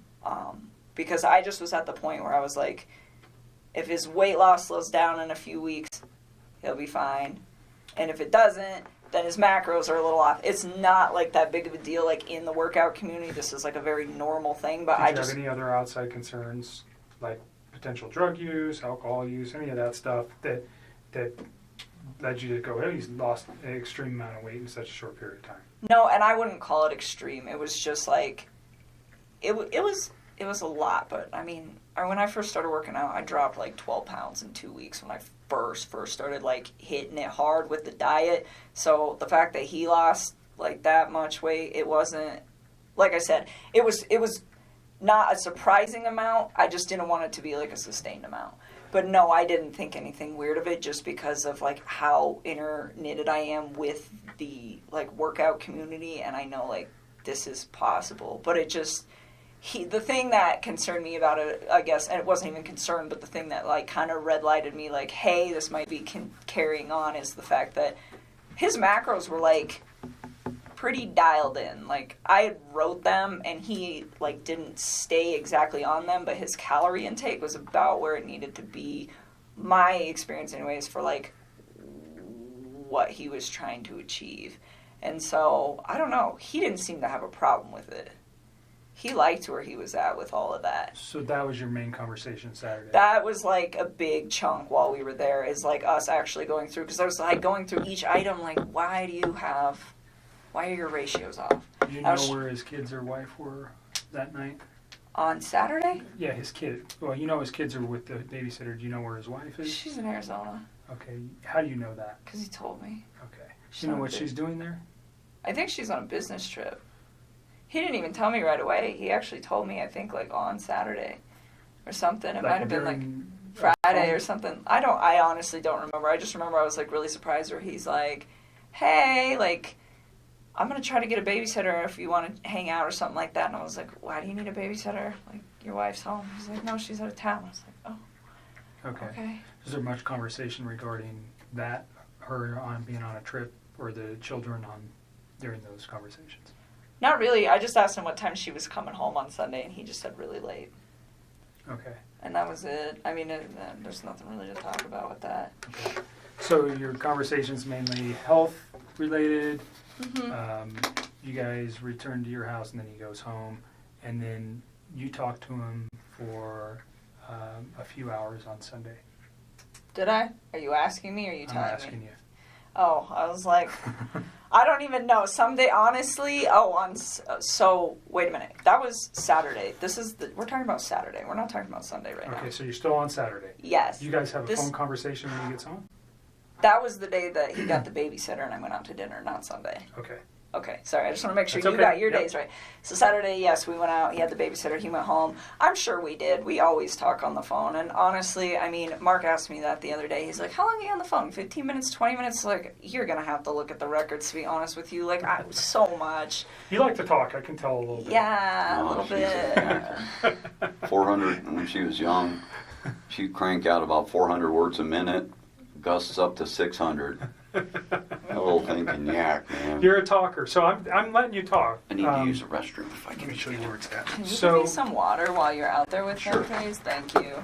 Another bottle. Let's Yeah, at least one. let's move to Sunday. Sunday. Well, Okay. let me reverse something. Your conversation with the children, or about the children, was there ever talk about medical concerns with either of the children? Well, I know Cece is allergic to not peanuts, like pine nuts. Pine nuts. So she has a nut allergy. Yes. Did they take meds? Yeah, I know that she had like an EpiPen, but as far as I know, she didn't have any meds. But I never asked. Like I was just told like she has a pretty severe allergy, and Enough to carry an EpiPen, that's pretty severe. yeah. While we're on this, so when he was in North Carolina, this is all like hearsay now because it's like this is not a conversation. Like he's telling me this stuff, but who knows exactly what happened. But he went out there to go see his family and her family. And while he was in town, before he went out to North Carolina, I guess his mother had accidentally, like, not exposed her to something with nuts, but had, like, given a product, I think it was, like, ice cream, to a different kid that could have traces of nuts or something. I don't know. But it was, like, his daughter was fine, but she was, like, in the range of contamination. And I think his wife was very upset about that.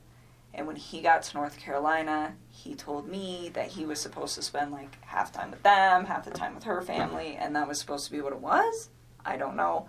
But he said that he went to go see his family and they weren't answering the phone for like a day or two before he went out there. And then when he got there, there was a note on the door that said, son, if you step by, we're at the beach.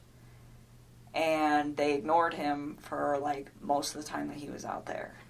And His own family? yes, his mom, his dad, and his sister. What's the significance? Do you know why? Yeah, he said, and again, I don't know what is true with this man anymore and what's not, but he told me that, like, leading up to it, I was like, well, why are your folks, like, ignoring you? And I was, like, really concerned about this. Like, every single day he would talk to me when he was out there, and I was like, you talked to your family today? You talked to your family today? Did you talk to your dad? What happened? Did you talk to him?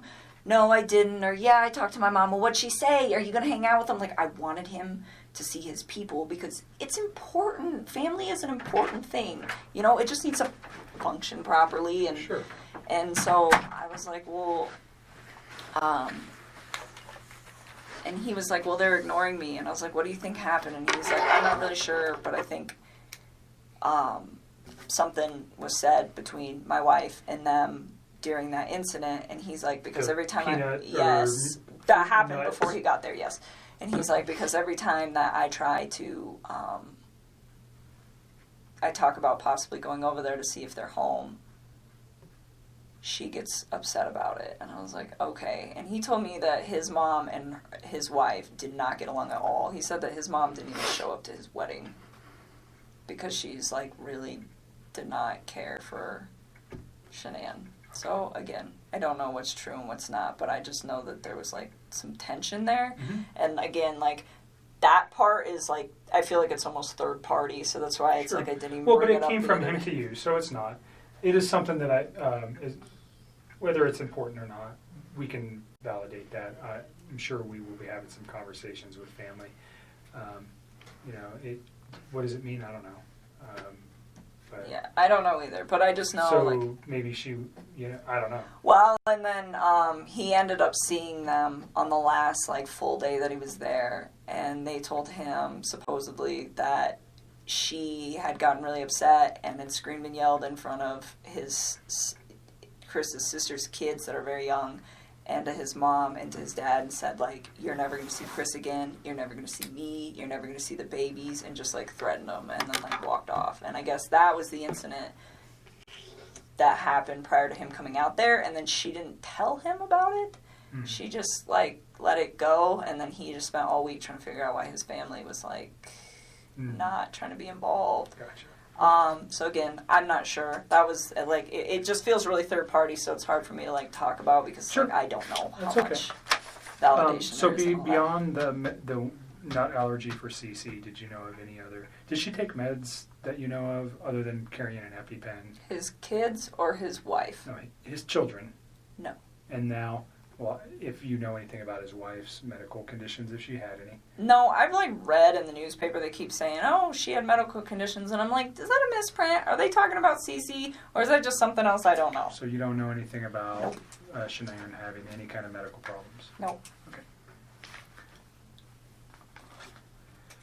Covered Saturday. So there's a phone call Saturday night, actually, from, it can't be Saturday, it had to be Sunday. I wrote that down quickly. Sunday night. Is there anything else you think, let me just back up, from that Saturday where you guys had a meal at the Lazy Dog to prior for the 6 weeks that you guys were serious? And although your dad's here and I think you're probably pretty comfortable, your relationship with Chris was, can you describe your relationship? I mean, when he was with me, I considered it to be fairly healthy. It was open communication, and it was what I thought was honest, and it was very calm. It was respectful.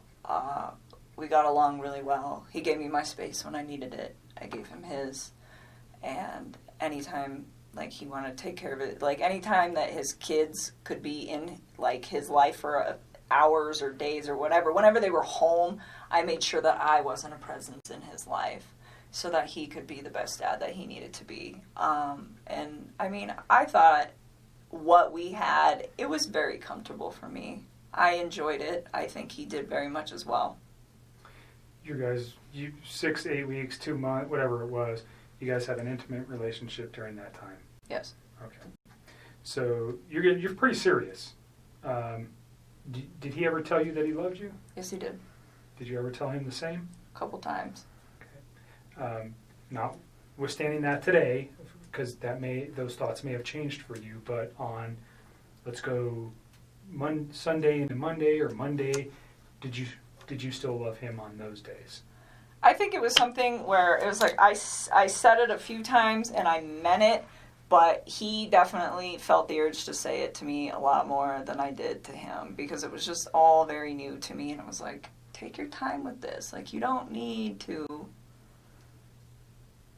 rush that, I remember when he was in North Carolina and he was trying to patch things up with his wife and he told me he loved me and I was don't say that to me. Please go try to fit. And I mean, and that might even be in the text too, where it's don't say those words to me and then go try to make peace with your wife and lay in bed with another woman. Just don't do that. And I was it's not that I don't appreciate what you're saying to me. It's it just didn't sit right for me, so I just feel almost like an insecurity where you had to say that to you? Or? I don't know. I think he looking back at all this now, I don't think he was trying to fix things with her. So saying I love you to me seemed like probably something that he genuinely meant. I love this woman, and regardless of where he was going to end up that night. But to me, in the way that I was perceiving things, he had told me that he was trying to fix things with her. So it's just this is an inappropriate time, and I wasn't mad at him. And I'm pretty sure that's in the text too, where it was very calm, but it's just it's almost disrespectful, where it's please don't. I'm if we get to that point where it is you and me, yes, you can say that, but not then. That's... So you thought he was very genuine when he said that? Yeah, I did. I mean, and he wrote it. It's in all those cards I gave you. Not in all of them, but the later ones. And thank you. When you said it to him, you said you meant it when you said it. Yes, I just didn't say as frequently as he said it. Sometimes he would say it, and I was just for me, it was still very, very new, so I kind of took my time and only said it when I was just this is a really important moment. So you got, in the short period of time that you guys were together, he yes became very attached to you. Yes, very, very attached. He's sending cards, flowers. He's telling you he loves you. He sends you flowers. Does he buy you any other gifts? Nope. I wouldn't have wanted them anyways. Flowers is enough. You can't. I don't need expensive stuff. Okay. But he becomes very attached. Yes. You guys are talking multiple times a day, at least. All the time. You're seeing each other on a regular basis. Yep. So it's a very And his wife is not around, nor are his children, so there's a lot of time for you guys to build your relationship in this first four weeks or so. Is that fair? Yeah, and even when she was back, I mean, it was still like we were still spending time together. He was still spending time with his children, and I had my own life. Like, I mean, there was 1 week where I just like went out of town with my friends for my birthday. I wasn't even around the whole like last few days of June up until the 3rd of July. I was like gone, you know. And then there was another like last weekend. I had a friend impromptu come in town from out of state, and I hosted her for a few days, and it's like I still did my own thing all the time. Like, whether he was there or not, like, if my friends were like, hey, we want to make plans, I would tell him, like, we're not hanging out today because I want to go see my mom or my dad. Did your friends know about him? Nope. Why? Because it's like he's with 2 women right now. They don't need to know about that. So if you had a boyfriend of 4 to 8 weeks on a regular... I don't know if you were married prior or if you had a boyfriend before, but if you had a steady boyfriend, you would have let people know. I think you told me before we got started that you just told your dad about Chris.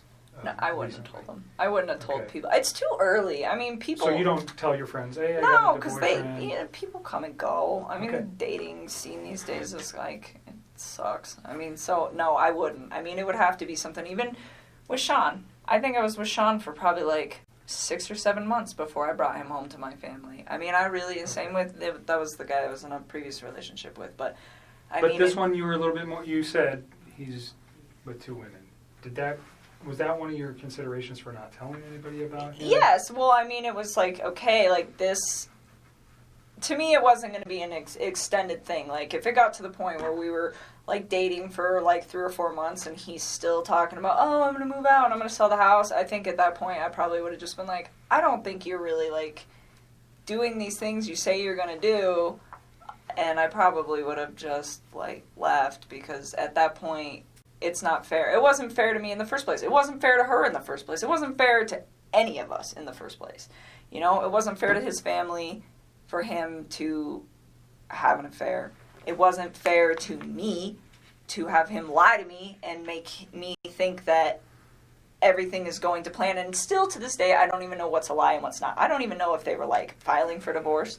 I don't know if they were putting the house up. I don't even know anymore what is real and what is not. But what I do know is it's just like, you know, that wasn't fair to me either, because if I'd have known not even all the truth, but like obviously some of it, I wouldn't have even engaged in any of this in the first place. And it just, I mean, and that's the part for me, just like on my personal level, outside of everything that is happening, that is gonna affect me long term. It's like, you know, I'm gonna wake up every day and know that, like, this mom and her unborn child and these 2 little girls are not around anymore, and it breaks my heart. It is so, oh my God.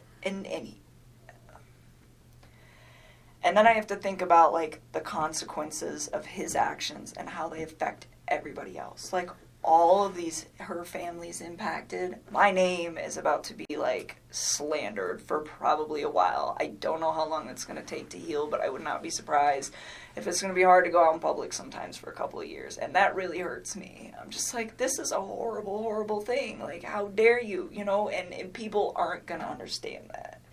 You know, they're going to say, oh, you know, you're the woman that had an affair with this man who took out his whole family. And I take a step back and it's just like, I didn't know. Like,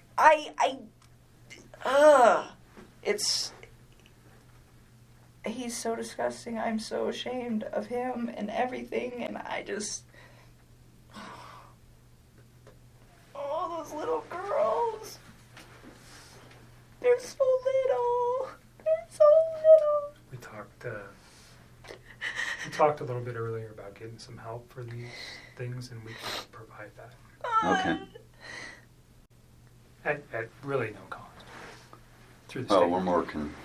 We just want to make sure there's resolution. Absolutely. That's why we come to you guys to Yeah. pound it down Hey, until there's I'm nothing left. sorry that you're talking again today. I really am. I don't want to put you through any more trauma than you've already been through. There is reasons for everything that we're doing today and what occurred. And I'm sorry. I genuinely am sorry. These are not things that we like to do twice. It's the same thing with other types of victims from other crimes. We want to do it once and we want to be done.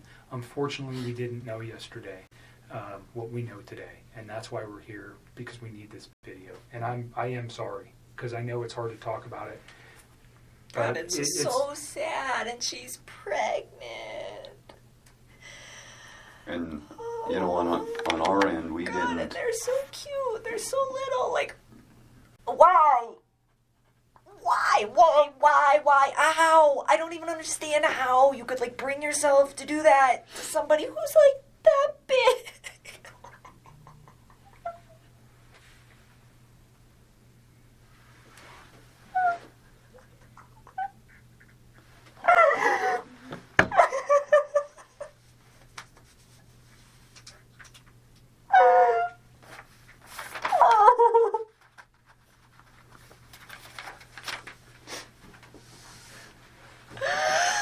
Oh, Jesus. Take a minute. Do you want us to step out for a minute? No, I just need to chill with my eyes closed for a sec.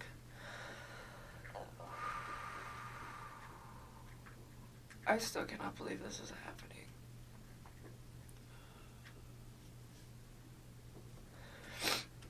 Alright, let's keep going, because we're just getting to, like, the meat of this whole situation. Let's get to the phone call on Saturday from 9 to 11. What did you guys, or pardon me, on Sunday from 9 to 11? Yeah, we talked a few times. So, Sunday, Okay. I think so. I need to think. I can't even think. Take a couple breaths and take a second. Sunday night. I don't even know. I don't think I was, like, concerned about anything at that point. You guys had had a meal, a nice meal the night before. You knew his wife was probably coming home late that evening. Oh, you know what? I still don't remember what we talked about. I, like, honestly, like, we talk about so much random stuff. Like, it's so hard to pinpoint some of these things. I don't remember what we talked about. I do remember that was a long phone conversation, though. We probably talked about all sorts of stuff. One thing I do remember, though, that I didn't remember earlier when I was talking to Mark. So this is, like, where I'm starting to remember, like, little bits and pieces. I don't remember. Yeah, I know. So the phone conversation, I don't remember what was in the phone conversation. Probably nothing of relevance, to be honest with you. But usually he talks to me when he's, like, down in the basement in his bed before he goes to bed and before I go to bed. And I could hear the TV on, which I thought was kind of weird. I didn't ask him. I just heard it in the background. And I remember thinking, and it was, like, right before we got off the phone, I was like, why the hell is he up? And there's, like, no TV downstairs. So I was like, well, maybe, I don't know. No TV in the basement where he usually calls you from. Yeah, and I don't know how many TVs they have. Like, I've never been in their bedroom. Like, I went upstairs once, and it was, like, to their little playroom, and I just, like, looked at it, and I was like, that's super cute that your girls have books. And that was, like, it.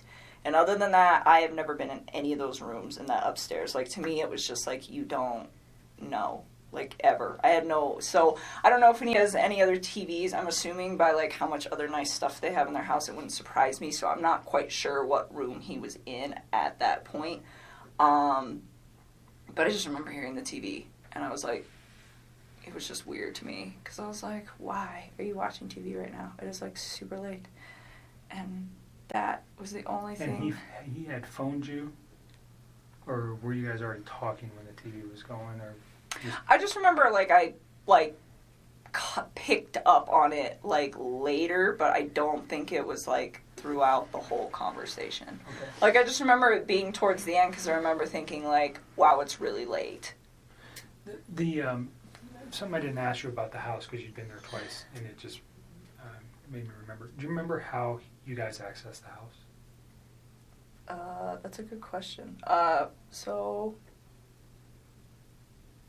once through the garage, and I think once through the front door. I think the first time was through the front door, I think, and I think the second time was through the garage. Was there anything unique about either of the doors when you went into the house that might not be typical of another house? Like a unique door? Not the they door have a itself. camera on their door. Okay, I mean, I know there's a that. camera on the which door? It's on the front door, isn't it? I don't know. I'm asking. I think so. Okay. I don't know. Did he use a key to access the house? No. He did not. The first time I went over there, he just let me in. And then the second time, did we go through the garage? I don't remember. I've been through his garage before. I went through his front door once, though, because I remember he had just cleaned... It was the first time I went through his front door, because he had just cleaned his carpets, and he had moved all the furniture out of the way, and the furniture was kind of in the way of the door. And he's like, the door doesn't open all the way right now. I'll move all the furniture back when the carpet dries. So I do remember that, just kind of offhandedly. And the second time, I want to say we went through his garage, because I remember his garage. I remember, yeah. So he was at the house when you went there. You were never there by yourself. He right? was at, Or no. he took you there. The first time he was already there, Okay. and I met up with him. And the second time we went there together. So the front door, I asked if he had used a key. He let me in. Okay. So there's those keypads where you can enter an access code. Do you remember seeing that on his door? I want to say vaguely, but to be honest with you, I don't remember. Like, he let me in that day. That So was he so never gave long you ago. he never gave you the code to access his home. No. Okay. Not at all. You talked about a security system. There was a camera on the front door. Was that just like what a Ring doorbell is that goes to your phone? I don't even know what it looked like. I only know that it existed either because A, I wasn't paying attention the first time I was over there, but B, because of all the stuff that's going on right now. That's the only reason I know it's in Did you remember existence. seeing any cameras anywhere in the house? No. Okay. Did he ever tell you about the alarm system or give you an access code to the alarm system? No. I wouldn't have asked for that. I wouldn't have wanted that anyways. Sorry to regress to that. No, you're Let me Go okay. back to the phone call, or where you noticed the television in the background of the phone call. Yeah. So I didn't know what room he was in, but I was just like, I just thought it was weird. Because he's always like, before I go to bed and I lay down, he's always like kind of trying to do the same thing. We just talk. It's like a really chill thing till one of us is about to pass out, and then that's like the end of it. But it was strange because I was like, the TV's on. I remember I was thinking, I was like, maybe he's waiting up for her. And then I was like, maybe not. I didn't know. It wasn't something that like alerted me. It was just different from his standard operating procedure. Because whether his wife is home or she's gone, he's always got kind of like the standard op when he calls me. So that's why it was kind of like unique. Okay. Because it doesn't really fluctuate when she's there and when she's not there. He's pretty like free reign with what he does. So anything important that you recall during that conversation about the children, about his wife, about what he was doing the next day, what he had planned, anything like that? No. Did he tell you any of that information? I remember he told me he had to go to the field and not to the office on Monday morning. Okay. Did he specifically say where he needed to go on Monday morning? No, I don't ask him for those sites. There's like, Anadarko's got like thousands of sites. If he were to tell me, I wouldn't even They're know. just like random numbers and stuff, right? Well, he told me, he said, I gotta go to a site. I gotta go check out like a valve or something where they think that they had a release. Something like that. Did he mention the town or anywhere? No. He just told me that that's what he had to go do. He's Okay. like, he was like, I won't see you in the office in the morning. Because I see him, but I don't actually like talk to him. Like I will go in the cafeteria, I will put my lunch in the fridge, and him and his whole team are sitting in there, and I don't talk to any of them. I just walk out. But anyways, yeah, he's like, so I won't see you, I'm going to the field, which is not an uncommon thing for the ops guys to like just go straight to the field. Like it happens. Like typically they go to the office, I would say like 3 or 4 days a week, but there are days where him and his other team members are not there. Or like I'll get in there and some days the cafeteria's packed and they're all there.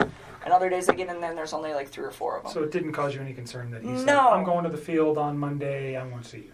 That wasn't, No, that's it happened didn't. before. Yeah, I mean, it wasn't something, and it's not just him, it's like that whole team. Like, you can just tell when they've got, like, a lot going on, because I'll walk in and there'll be, like, 2 of them, as opposed to, like, 6 or 7. Do you know what he did Sunday during the day? I don't even know what I did on Sunday during the day. I am so tired. Let me just think about this. Daniel came over Friday. I hung out with him Saturday. And then Sunday... When did Jim come in? Monday. Huh. Jim got here Monday. What did I do on Sunday? I am like drawing a blank. I'm really tired. I don't know. Can I get back to you on that? Did you guys have any conversations on Saturday night during your meal, what he might be doing on Sunday? I'm sure we did. I don't know why I'm drawing a blank because I haven't slept. If I say that he may have done something with his children, would that refresh yes. your memory? He went to a birthday party. Okay. Did you know whose house he was going to? Nope. But I know that they had a water balloon fight. Okay. He had one, or his children? His children did. Okay. He said he used to get really into it. He said he got like really interactive with his kids. He's like, some of the adults don't really spend a lot of time playing with the kids, but We I went always to the do. museum on what day? Saturday or Sunday? Sunday. Okay. That's right. So Okay. that's what I was like, was I hanging out with you? God. Very memorable event, huh? Me was, and him and my stepmother and my and- sister yeah. went to the museum, and What that's museum? right, the Denver Museum of Nature and Science. And they went to brunch prior to that, and I skipped brunch, and I went to the gym. You shouldn't have. It was good. I had to do core day. That was the last time I worked out, actually. That's so what I we did- did Sunday. Okay. Yeah, so core day, and then we went to the museum, and then... When did he tell you about the water balloon fight on Sunday evening during your conversation on the phone? I think so. Okay.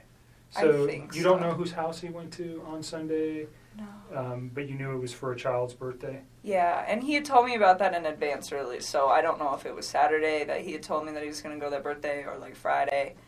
I just remember he was like, I got to go to this birthday party Okay. with my kids. Any other conversation that makes sense? I mean, honestly, at this point, I'm really tired, so I know there are certain things that I need to tell you guys that we'll get to as these days progress. Yep. But in all honesty, if it doesn't stand out to me now, Today? it probably That's fine. wasn't relevant. What about that 9 o'clock thing you were telling me on Monday? Oh, that he told me? Oh yeah, well we'll get there. We'll get there. We're still on Sunday. So we're on night. Sunday. We're gonna get to- literally- we're gonna I get know, to- This is gonna be a long. We're going to night. get there to Monday. We're getting there. So Sunday night, or Sunday during the day, you had your own personal stuff going on with your family. You never see him on Sunday. Is that accurate? No, I didn't see him. What did I do the rest of the day? I came home. I think I might have just chilled at my house. I don't remember. I think I cleaned my house. I don't know. I didn't see him though. Okay. And, Yeah, Saturday was the last time I saw him. Okay. Sunday, you're at home. You talk to him. We know you have a conversation Mhm. in the late evening hours, and then you go to sleep on Sunday night. When's the next time you talk with Chris? Probably Monday morning. Do you know what time? No, I mean, so we used to like randomly text each other like throughout the day, but we both get really busy. So some days like I don't hear a lot from him, and some days I don't text him until like 2:00 in the afternoon because I'm just like busy. And I remember I didn't hear a lot from him that day, which was like that's not out of the normal for either one of us during the day. But at one point, I do remember he, like, texted me, and he's like, oh, it's been a really busy day, and then, like, said some other stuff, which I'm sure you will find in my text. What he said, I don't know. It wasn't obviously anything that was, like, alerting to me. But that's what I'm saying. Like, at this point, like, I remember really key things, but if it's, like, a conversation that I'm like, I don't remember exactly what was discussed, it's because it was probably just bullshit. Like, just talking to each other. Yeah. Small talk stuff. Yeah. But I remember he was busy that day, and we didn't talk that much. And then I clocked out at 3 is what my time card says. That's what I was showing Mark the other day. And I got home to go meet my buddy. One of my good friends was coming over my house. And he actually has a key to my house, so he was actually there when I got there. And Who's that? My friend Jim. And so Jim came over, and I got home. He was there. He had like just walked in the door, and I remember like briefly after he got there, I checked my texts. I mean, briefly after I met up with Jim, I, like, glanced at my texts. And Chris said something about, like, my family's not home. Or, like, my wife and kids aren't home. Like, something to that effect. And I told Mark, because he asked me for a time. And I don't have an exact time, but I remember it was, like, right after I walked in. That was a text message, though. Yeah, it's in a text. And it's, like, it was, like, briefly after I walked in the door. So based off how long it takes me to get home from work and when I clocked out, it was probably about 3:45 p.m. Texts me and tells me that. And, like, he knows when I get off of work, too. So he doesn't always bug me if I'm busy. So I don't know what's up with that, but that's when he sends that to me. And so you're saying that he would have known that you would have had your phone available to you and not been at work when he sent you that text message? Yes, that's what I'm trying to say. So looking back at it, you think it was purposefully sent at that time? Oh, I'm sure. I'm just asking your feeling on that. Yes, and then he said, "Call me when you can," and I was. There was no other communication between you and him that morning on Monday morning. Well, there was, but it was like random, like. But nothing about this event. No. About like my wife's missing or no. Anything. Nothing. Okay. Nothing. And you knew he wasn't coming to the office because he had told you that Sunday night. Yeah, and then he goes, and so, like, they're only in the office for the morning. Like, right. Some days it's longer than others, but I would say by a maximum of 7:30 every single morning, they're all gone. And they don't come back unless they have, like, a meeting or something that they have to attend. So, like, not seeing him for the rest of the day is not, like, an unnormal thing. Okay. Like, but like I'm saying, like, we don't really, the only reason we interact was kind of, like, by an off-chance thing. Like, I don't work with him. Mm-hmm. So he, we talked, like, randomly throughout the day, but it was really sporadic, and he seemed pretty busy, so we didn't talk too much. Like I said, didn't put too much thought into it. It happens all the time. Waited till about 3:45, then sent that text to me, and yes, he does know that I will be home at that point. Or getting home. Did you give Mark Jim's information? No, I would really not like to involve him in this. He does not know about this. He doesn't know any of this is occurring. Okay. Like, I was literally he knows, certainly through the media, that something's occurred. Yeah, he's, with like, Chris. Out of town. He's probably has Okay. no idea. He doesn't know Okay. who Chris is. Like, I do not know. So he's just a friend of yours. Yes. He does not need to be coming dragged to into your this. apartment and doesn't know anything about Chris. Does he know anything about No, Chris? Okay. nothing. Absolutely Yeah, not. we've known Jim for years and years. Yeah. You're not dating him or anything like that? No, It's just a he's friend. like one of my very good friends. Like, my dad knows him. He's a great guy. He works out of state a lot, so when he's in town, we hang out. But when he's in town and he's off of work, to save time, so I give him a key to my house, one, because I trust him and he's one of my best friends, and two, because sometimes he will just meet me there, because I'll be like, hey, I'm getting off of work, and then if I get stuck in traffic or something, he ends up, like, sitting outside of my apartment waiting for me to get off of work. So I'm like, here's a key, and, like, my dog loves him and stuff. So no, he's not So he's just involved family with it. friend. Yes, I don't even The only want reason him I asked, dragged into this. and I'm not really concerned about your location. I think we already have your cell phone records. At some point, did Mark ask you to supply? Did they ask for consent to get cell phone records? That'll probably be done by warrant. If we Isn't wanted, that what you just did? Nope. What I'm talking about is your movement Oh. by GPS or by cell phone tower to show where you were. Obviously, and I don't want to cause you concern, we want to know where you were that day too. You're dating a man who did some egregious stuff, and we want to show that you were never near him that day. Period. I mean, you guys So- can track my stuff. No, yeah, I mean that was something we will have to get a warrant for, anyways. I'm just saying, if we asked for it, would you have any objections to that? No, you can have Right. it. So, I'm a pretty boring person. well, I don't it sounds go like too you many just went places. to work that day, and then you came home, and you were there at 3:45.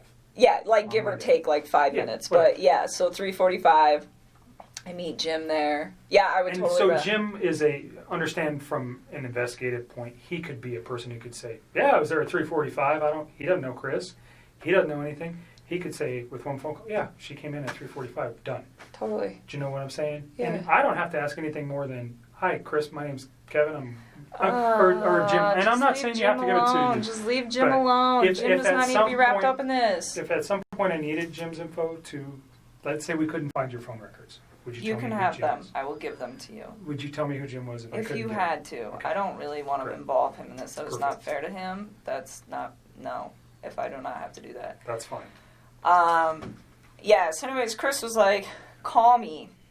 And this is the 345 text. Yeah, he sent me like a few. I think there was 3 of them, and I don't remember what the other one said. But something about like, yeah, my family's gone, or I don't remember verbatim, but call me when you can, or call me when you have a chance. Something to that effect. And so when he told me call me, I was like kind of alerted, where I was like, okay, what's going on, you know? But first when he told me like his family was like not home, that didn't really seem odd to me that his family wasn't home. It was really vague. I'm like, okay, like, are they at the grocery store? Like, elaborate.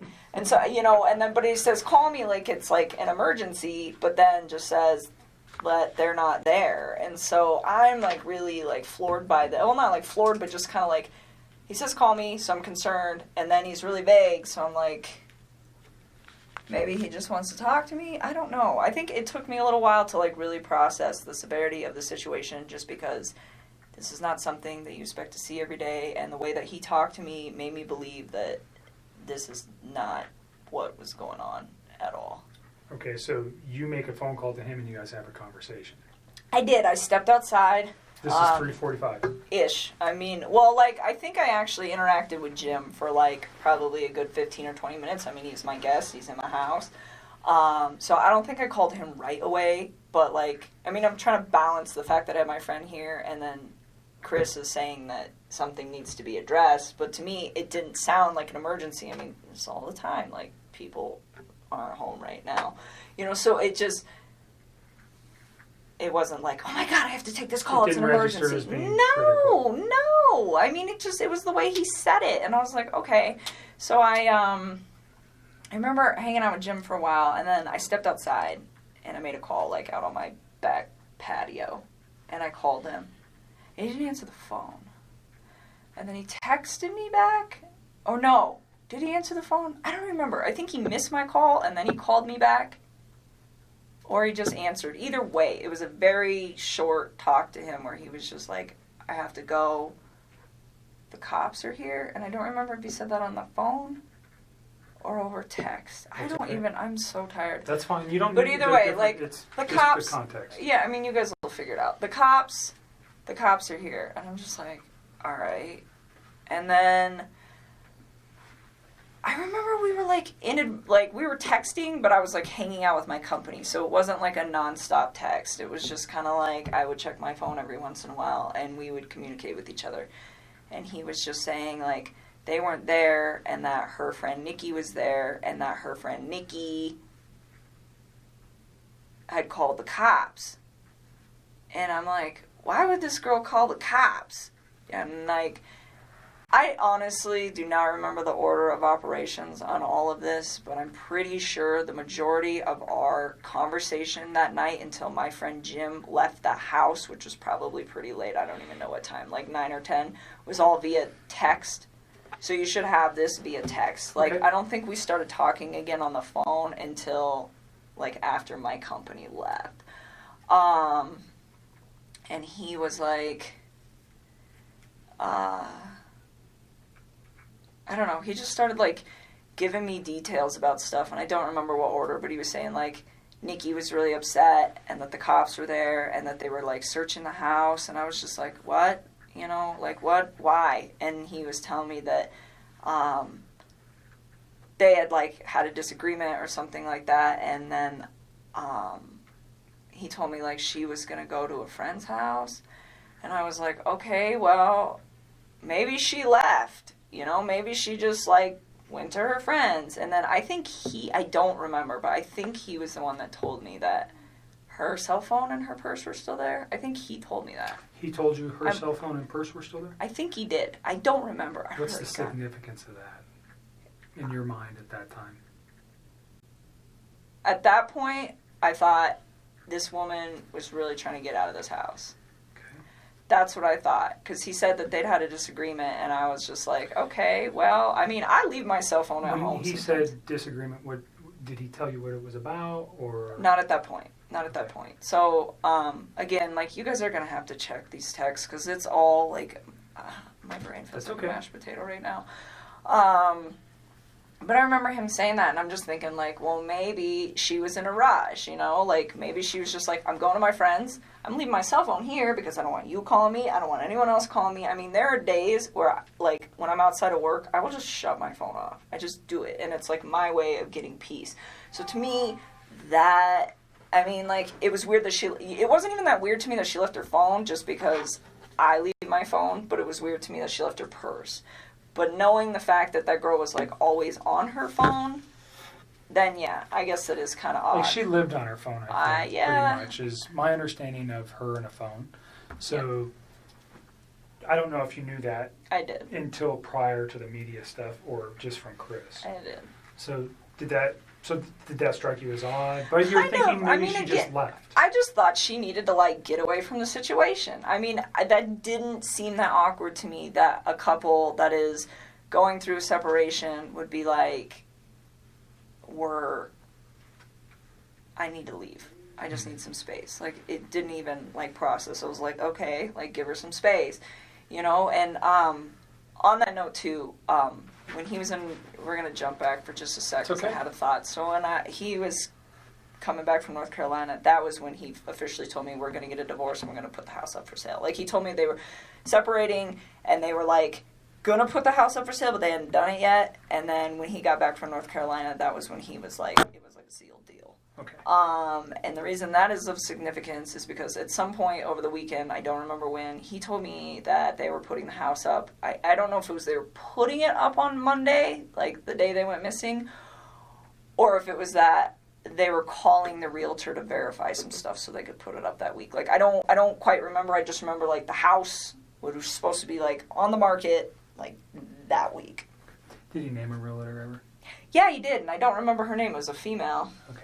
And I don't remember her name, like, That's at all. fine. I was trying to think of that for you guys not too long To ago. the company? Do you got the company name? No, he never gave me that. He, like, gave me her name, and it was the same name twice. He gave it to me once when he was in North Carolina, and then once the other time. Because I remember asking, I was like, who's that? Because he's like, I'm going to have her call so-and-so today and make sure everything's still good to go. And I was like, who's that? He's like, the realtor. I was like, oh. Or not today, but, like, If it ever for comes to your Monday. mind, just Yeah, I Give me a doubt it. That voicemail, was give me a such call. a... Yeah. I will try. I don't lots of remember names. what it was. It's fine. It's not that critical. That person may come forward to us anyways, perhaps. So Okay. don't worry about it. Let's go back to the phone calls on Monday afternoon. Yeah, so he's, like, texting me a lot of this information, and I'm starting to kind of freak out, and it's not like I'm freaked out like, oh, she got murdered. I mean, that is not what I thought. It's like, okay, like, the way I looked at this, like, apparently his wife had been gone since midday, was when she got, like, reported missing. I didn't know that. Like, the way I looked at this, it was, I got home from work just now. I mean, he didn't say that, but I interpreted, I just got home from work. And my family is not here. So when we're texting for, like, a few hours, like, the cop thing was kind of weird. But he's like, Nikki insisted they call the cops. Nikki insisted they call the cops. And I'm like, okay, you know, and I'm just trying to figure out, well, like, what role does this woman play in this situation? Like, is she... Did you know who she was? No, I don't know any of his people. Like, this has been pretty, like, tight wrap for a while, which is probably a really good thing. But anyways, I didn't know, like, who she was. And so, like, I started asking him. I was like, well, where do you think your wife is at? And he's like, I think she'll be back tonight. Like, I think she's, like, out with somebody. And he was telling me that they had a disagreement. So I was like, well, I remember telling him, I was like, you should make sure that you have wait a minute. No. So all that happened, and then it starts getting kind of laid out. And I remember we talked for text for a while, and part of this conversation, and then it moved to the phone. And I remember telling him, because he was like, I think she'll just be back tomorrow. I think she's just going to be gone for the night, like, with a friend, you know? And Did like, he name the friend? no, he didn't. And, like, because I don't think, he made it sound like he didn't know, like, what friend's house she would be at.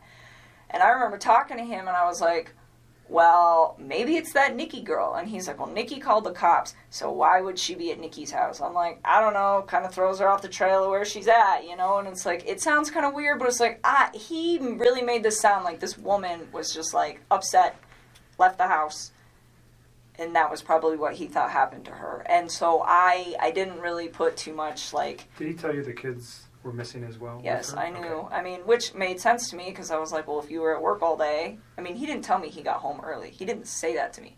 So, I mean, it made sense. Like, if she's going to leave, they should probably go with her.